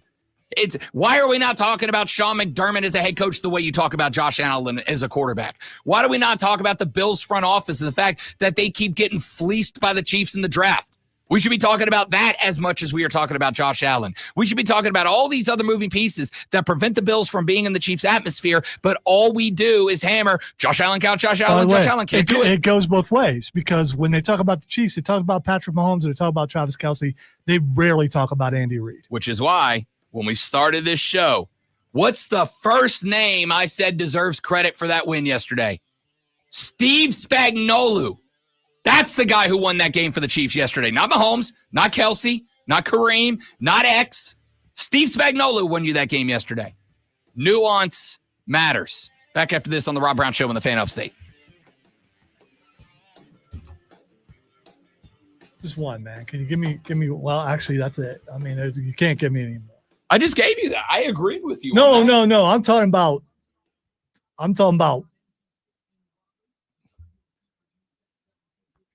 not letting the bed run out. Oh, that's what I'm talking about. well, you brought up a great opportunity for me to. There's also time, to pat myself on that the comes back. to. I know, but I don't pass on that was a 3-minute one, and so. Hey, you brought up we only talk about Mahomes thing. I said something for 5 seconds in the midst of, and that was at the end. And you opened the door for me to talk about how much I know ball. I'm not going to miss that opportunity. You were already talking about that. I just interrupted near the end, trying to get you to see the clock. Was I We're gonna get in trouble. just I mean, supposed to ignore you just want to be in trouble. I don't. January and February, man, this is when you go incognito. This is when you lay low, and you're trying to do the opposite. I don't want a meeting. I've never laid low in my life. No, you just leave. You don't have to lay low if you're not in the building. I can't do that. Well, I could do that, but I get in trouble if I do. I'll be hanging out for a few minutes today.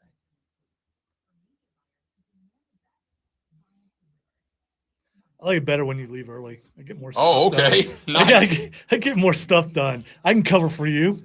I just get more work done.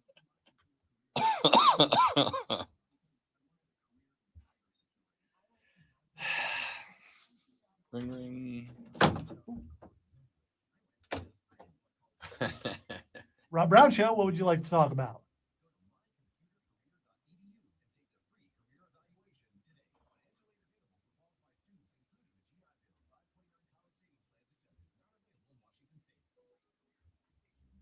Hey, he said anything. That works for me. Hang on, Will.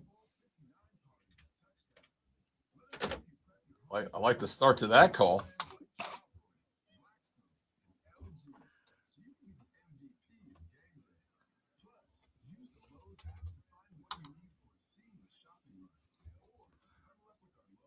It's a food take. Oh, word. Send it strong.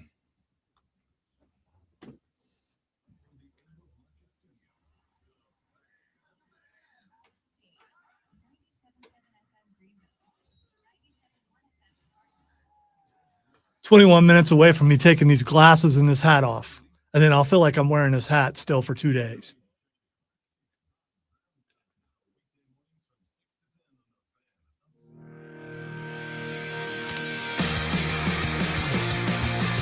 Must suck to wear a wig on set every day.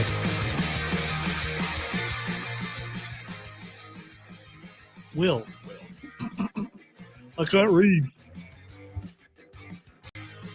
The Rob Brown Show continues. It's the Fan Upstate. I'm going to tell you right now, the Kansas City Chiefs prove something that I have said for a very long time.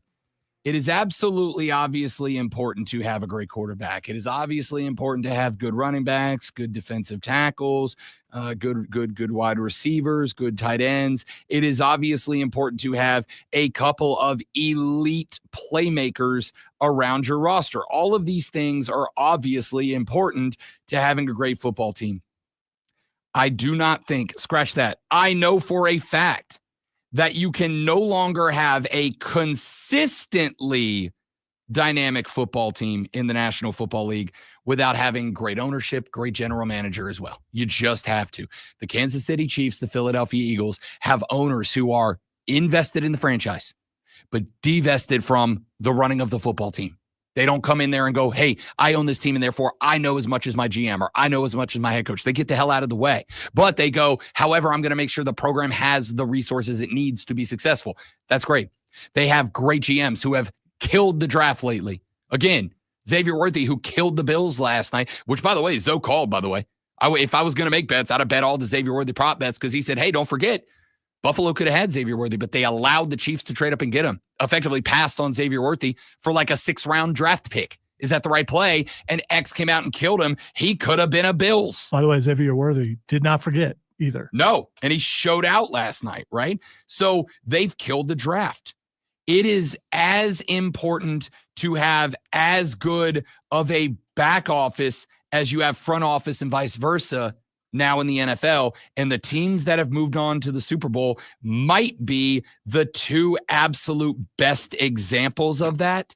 And I think there's something to be said for it. This is why I have said you may absolutely point out that Josh Allen's just ain't in Patrick Mahomes' world right now. And you're not wrong for doing it. But if you simply boil it down to Josh can't beat Pat, you are simplifying a very complex set of circumstances. You have got to talk about it's the coach. not incorrect, though. I just said you're not wrong. Yeah. If you're, but he just can't beat him in the playoffs. If your war cry is Josh can't be in Pat's world, so far you are technically correct. However, if you boil it down to only Josh isn't only enough to get Pat, you're not talking about McDermott. You're not talking about the fact that the Bills are getting embarrassed in the draft by the Chiefs. You're not talking about the defensive side of the football being bad over and over. I don't know what to tell you. Really, what you're not talking about is the rest of the NFL can't get past. That's also the fair. Chiefs. I mean, how many losses have they had in the last 6 or 7 years? Everything, and I guess this is kind of it to me. Everything that those of you that are texting or calling or tweeting or whatever about Josh Allen, it's true about every quarterback in the NFL right now. It's true about every quarterback in the NFL. None of them can get by the cat right now. And doesn't that tell you that it is about the entire organization, not just about your quarterback? You got to have a great one. But if that quarterback isn't backed up by a great organization, you're wasting him. I point to Drew Brees and the New Orleans Saints. All right, let me get Will in here before we end the show. Will, my guy, welcome back to the program, buddy. Good to have you. Hey, what's going on, man? How you doing? Real good, pal. Real good.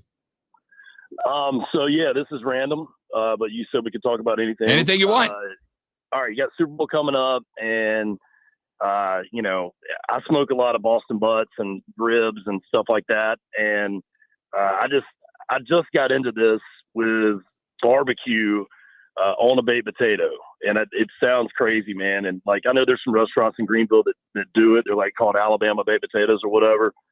but you should definitely try it, man. I mean, it's basically a loaded baked potato with everything on it that you want, and then you put the barbecue on top of that, and then drizzle it with barbecue sauce, and it is phenomenal. By the way, we've been doing that for years in my house. My wife loves doing that, and it's amazing. It really is. Okay, let me start by saying this because it just happened to me on my work computer. Don't Google Alabama baked potato because the first thing that comes up is an Urban Dictionary definition of it. Ooh. NSFW. Ooh. Okay?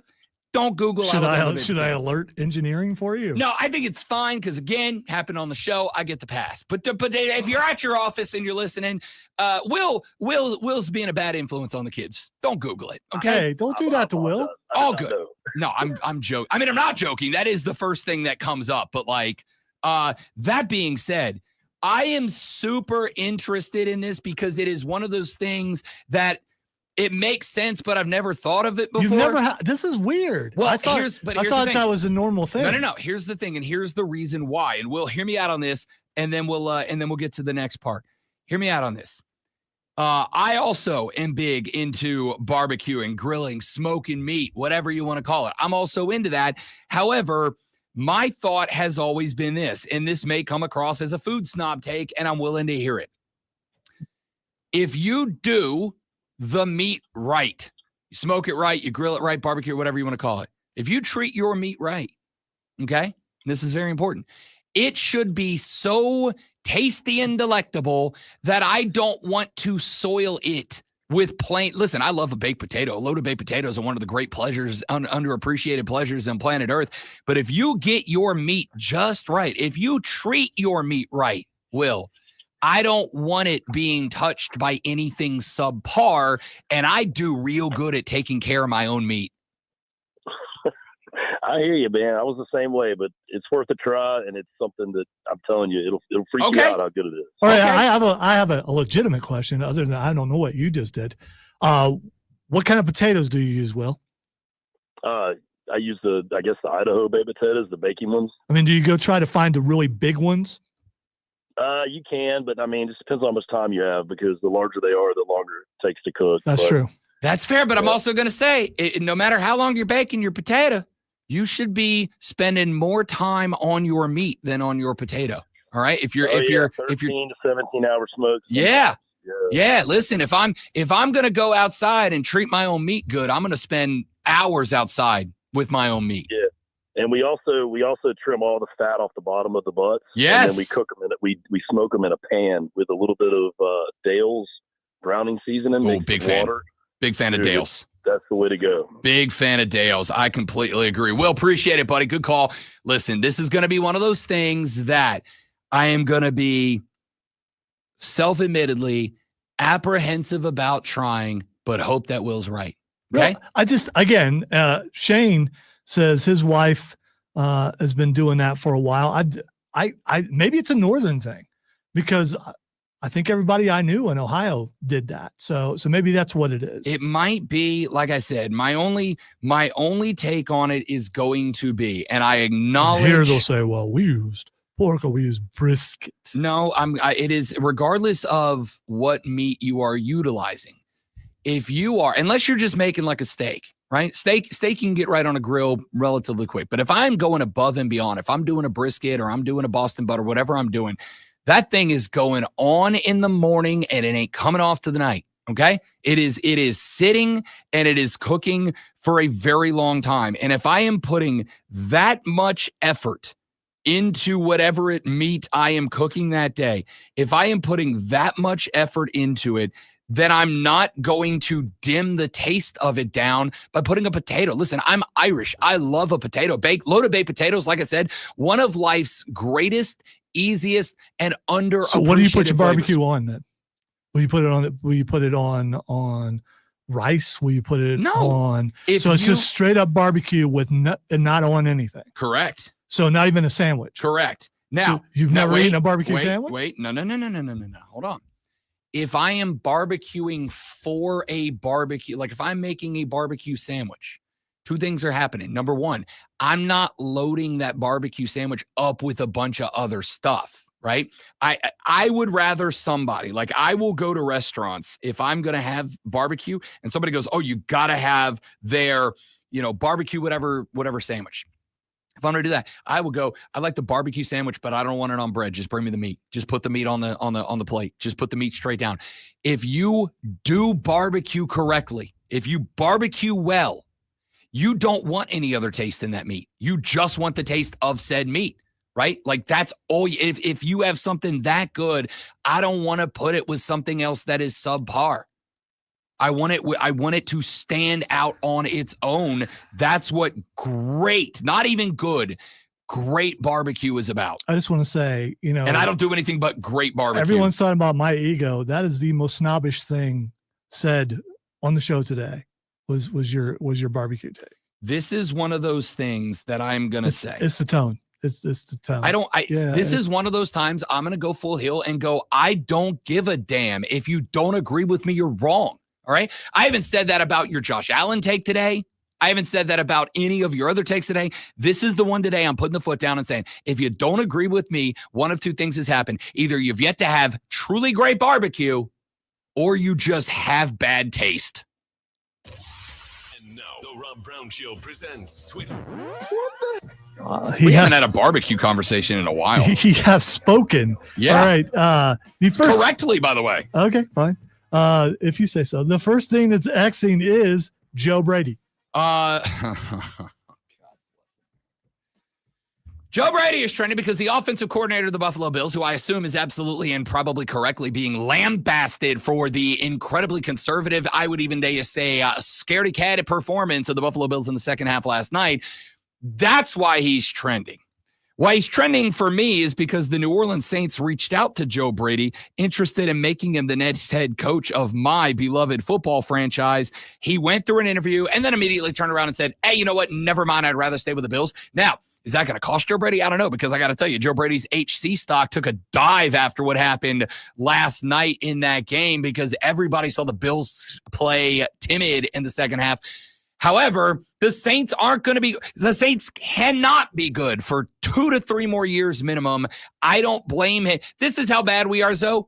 I don't blame him for passing on the job to take over the Saints. I was going to say, because I thought you were heading down the road that you were, you missed a chance, Joe Brady, to be a head coach. We are so bad and are going to be so bad for a minute that even with the performance last night, dinging his temperature as a head coaching candidate, he still made the right decision in passing on being the new kid, the new coach of my team.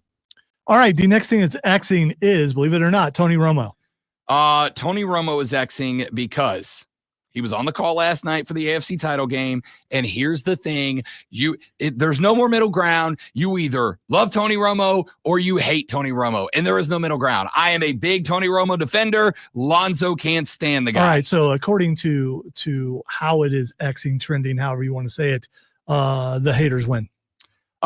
People would rather, some person even turns on the Spanish announce team and listens to the Spanish version of the call rather than listen to Tony Romo. For the record, I 100% blame, who is it, NBC? Because Romo year 1 and 2 was one of the most lauded of color commenters. And then they said, pull it back. Don't be that guy. Don't be Mr. Know-it-all. Don't be the guy who prognosticates everything. Just tell us what happened. And ever since then, Tony Romo's kind of not been that same cat. This is one of the few times I'm going to say I fully blame the network. You captured lightning in a bottle, and then you said, no. You're taking the drama out of the game, pull it back, and I feel like it hurt Tony Romo more than anybody else. All right, next thing is not sports related.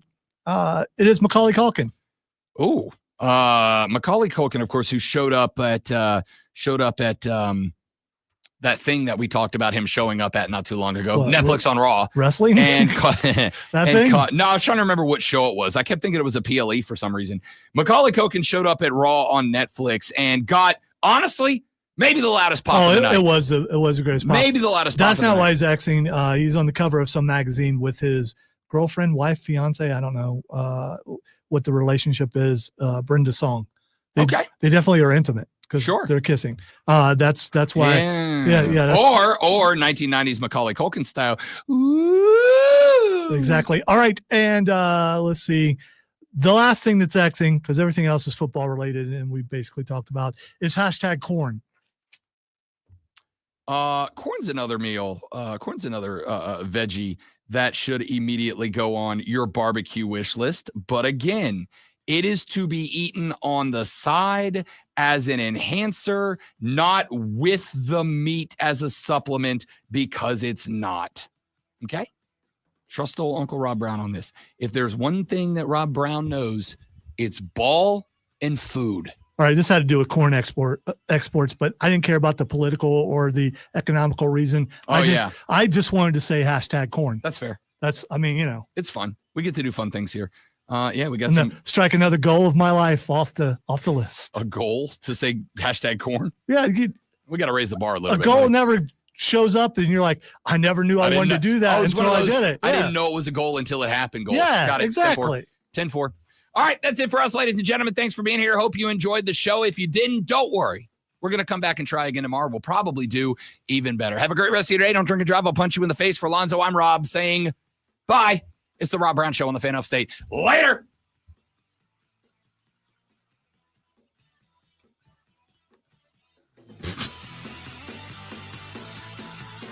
Shockingly.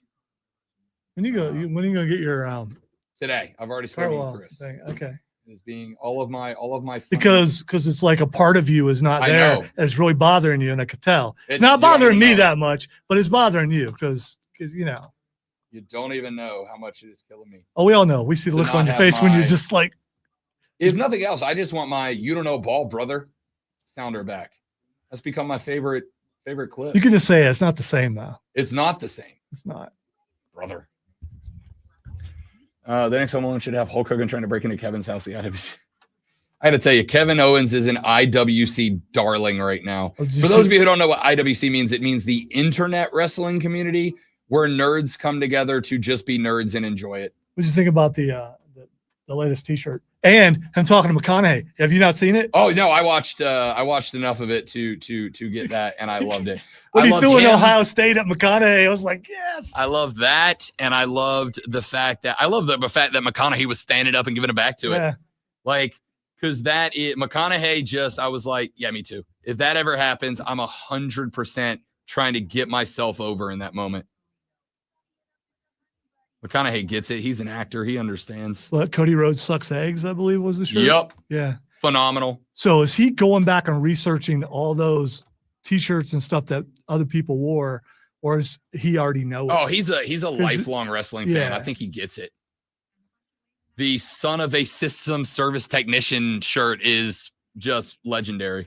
I wonder if Cody knows what shirt he's going to wear before he comes out. He is like, I wonder if he keeps them hidden before he goes out to Gorilla. It also hasn't. I don't know if it's not been noticed or people don't care. When he fought Jimmy the other day, he came out in a Naomi shirt. Yeah. When he fought Cody for the last time, he came out in a Stardust shirt.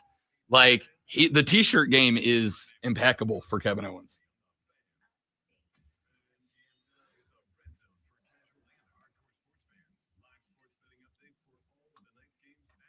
Texter says, so what did we learn today, Rob? What did we learn today, kids? Rod treats his butt meat outside. Yeah, that was the running joke there, Texter. That was the point of the joke. Well, it was a joke? I mean, no. If I'm going outside to handle my meat, I handle it for hours. Okay. Also, my mother did not appreciate that. Yeah, don't blame her. Because I didn't either. You know. I tried not to participate in that. Today was one of those days that sometimes I just enjoy entertaining myself on the air. Hey, I mean, you know, if you're having fun, everyone else should. That's how radio works. I concur. Whereas if you're not having fun, everyone else probably should not suffer. Yeah, it's not. All right, dudes and dudettes, I have actual work to do today, so we got. I'm going to take this hat and these glasses off, but I'm waiting until the camera's off before. He's going to do like 8 laps around the building first, though. Have a great day. Tell your friends about us. We're trying to get rich and famous. Thank you for being here. You're all amazing. Goodbye. That is the wrong video. You know how that feels. It sucks, doesn't it? So It's the glasses. The glasses was the worst part. I don't know if this is something I should bring up to you or somebody else. Uh-oh. It's not bad. What they do? I was listening. Wait, I'm unmuted. Oh, did you already We're- end it? yeah. You ended it. Okay. No, I didn't.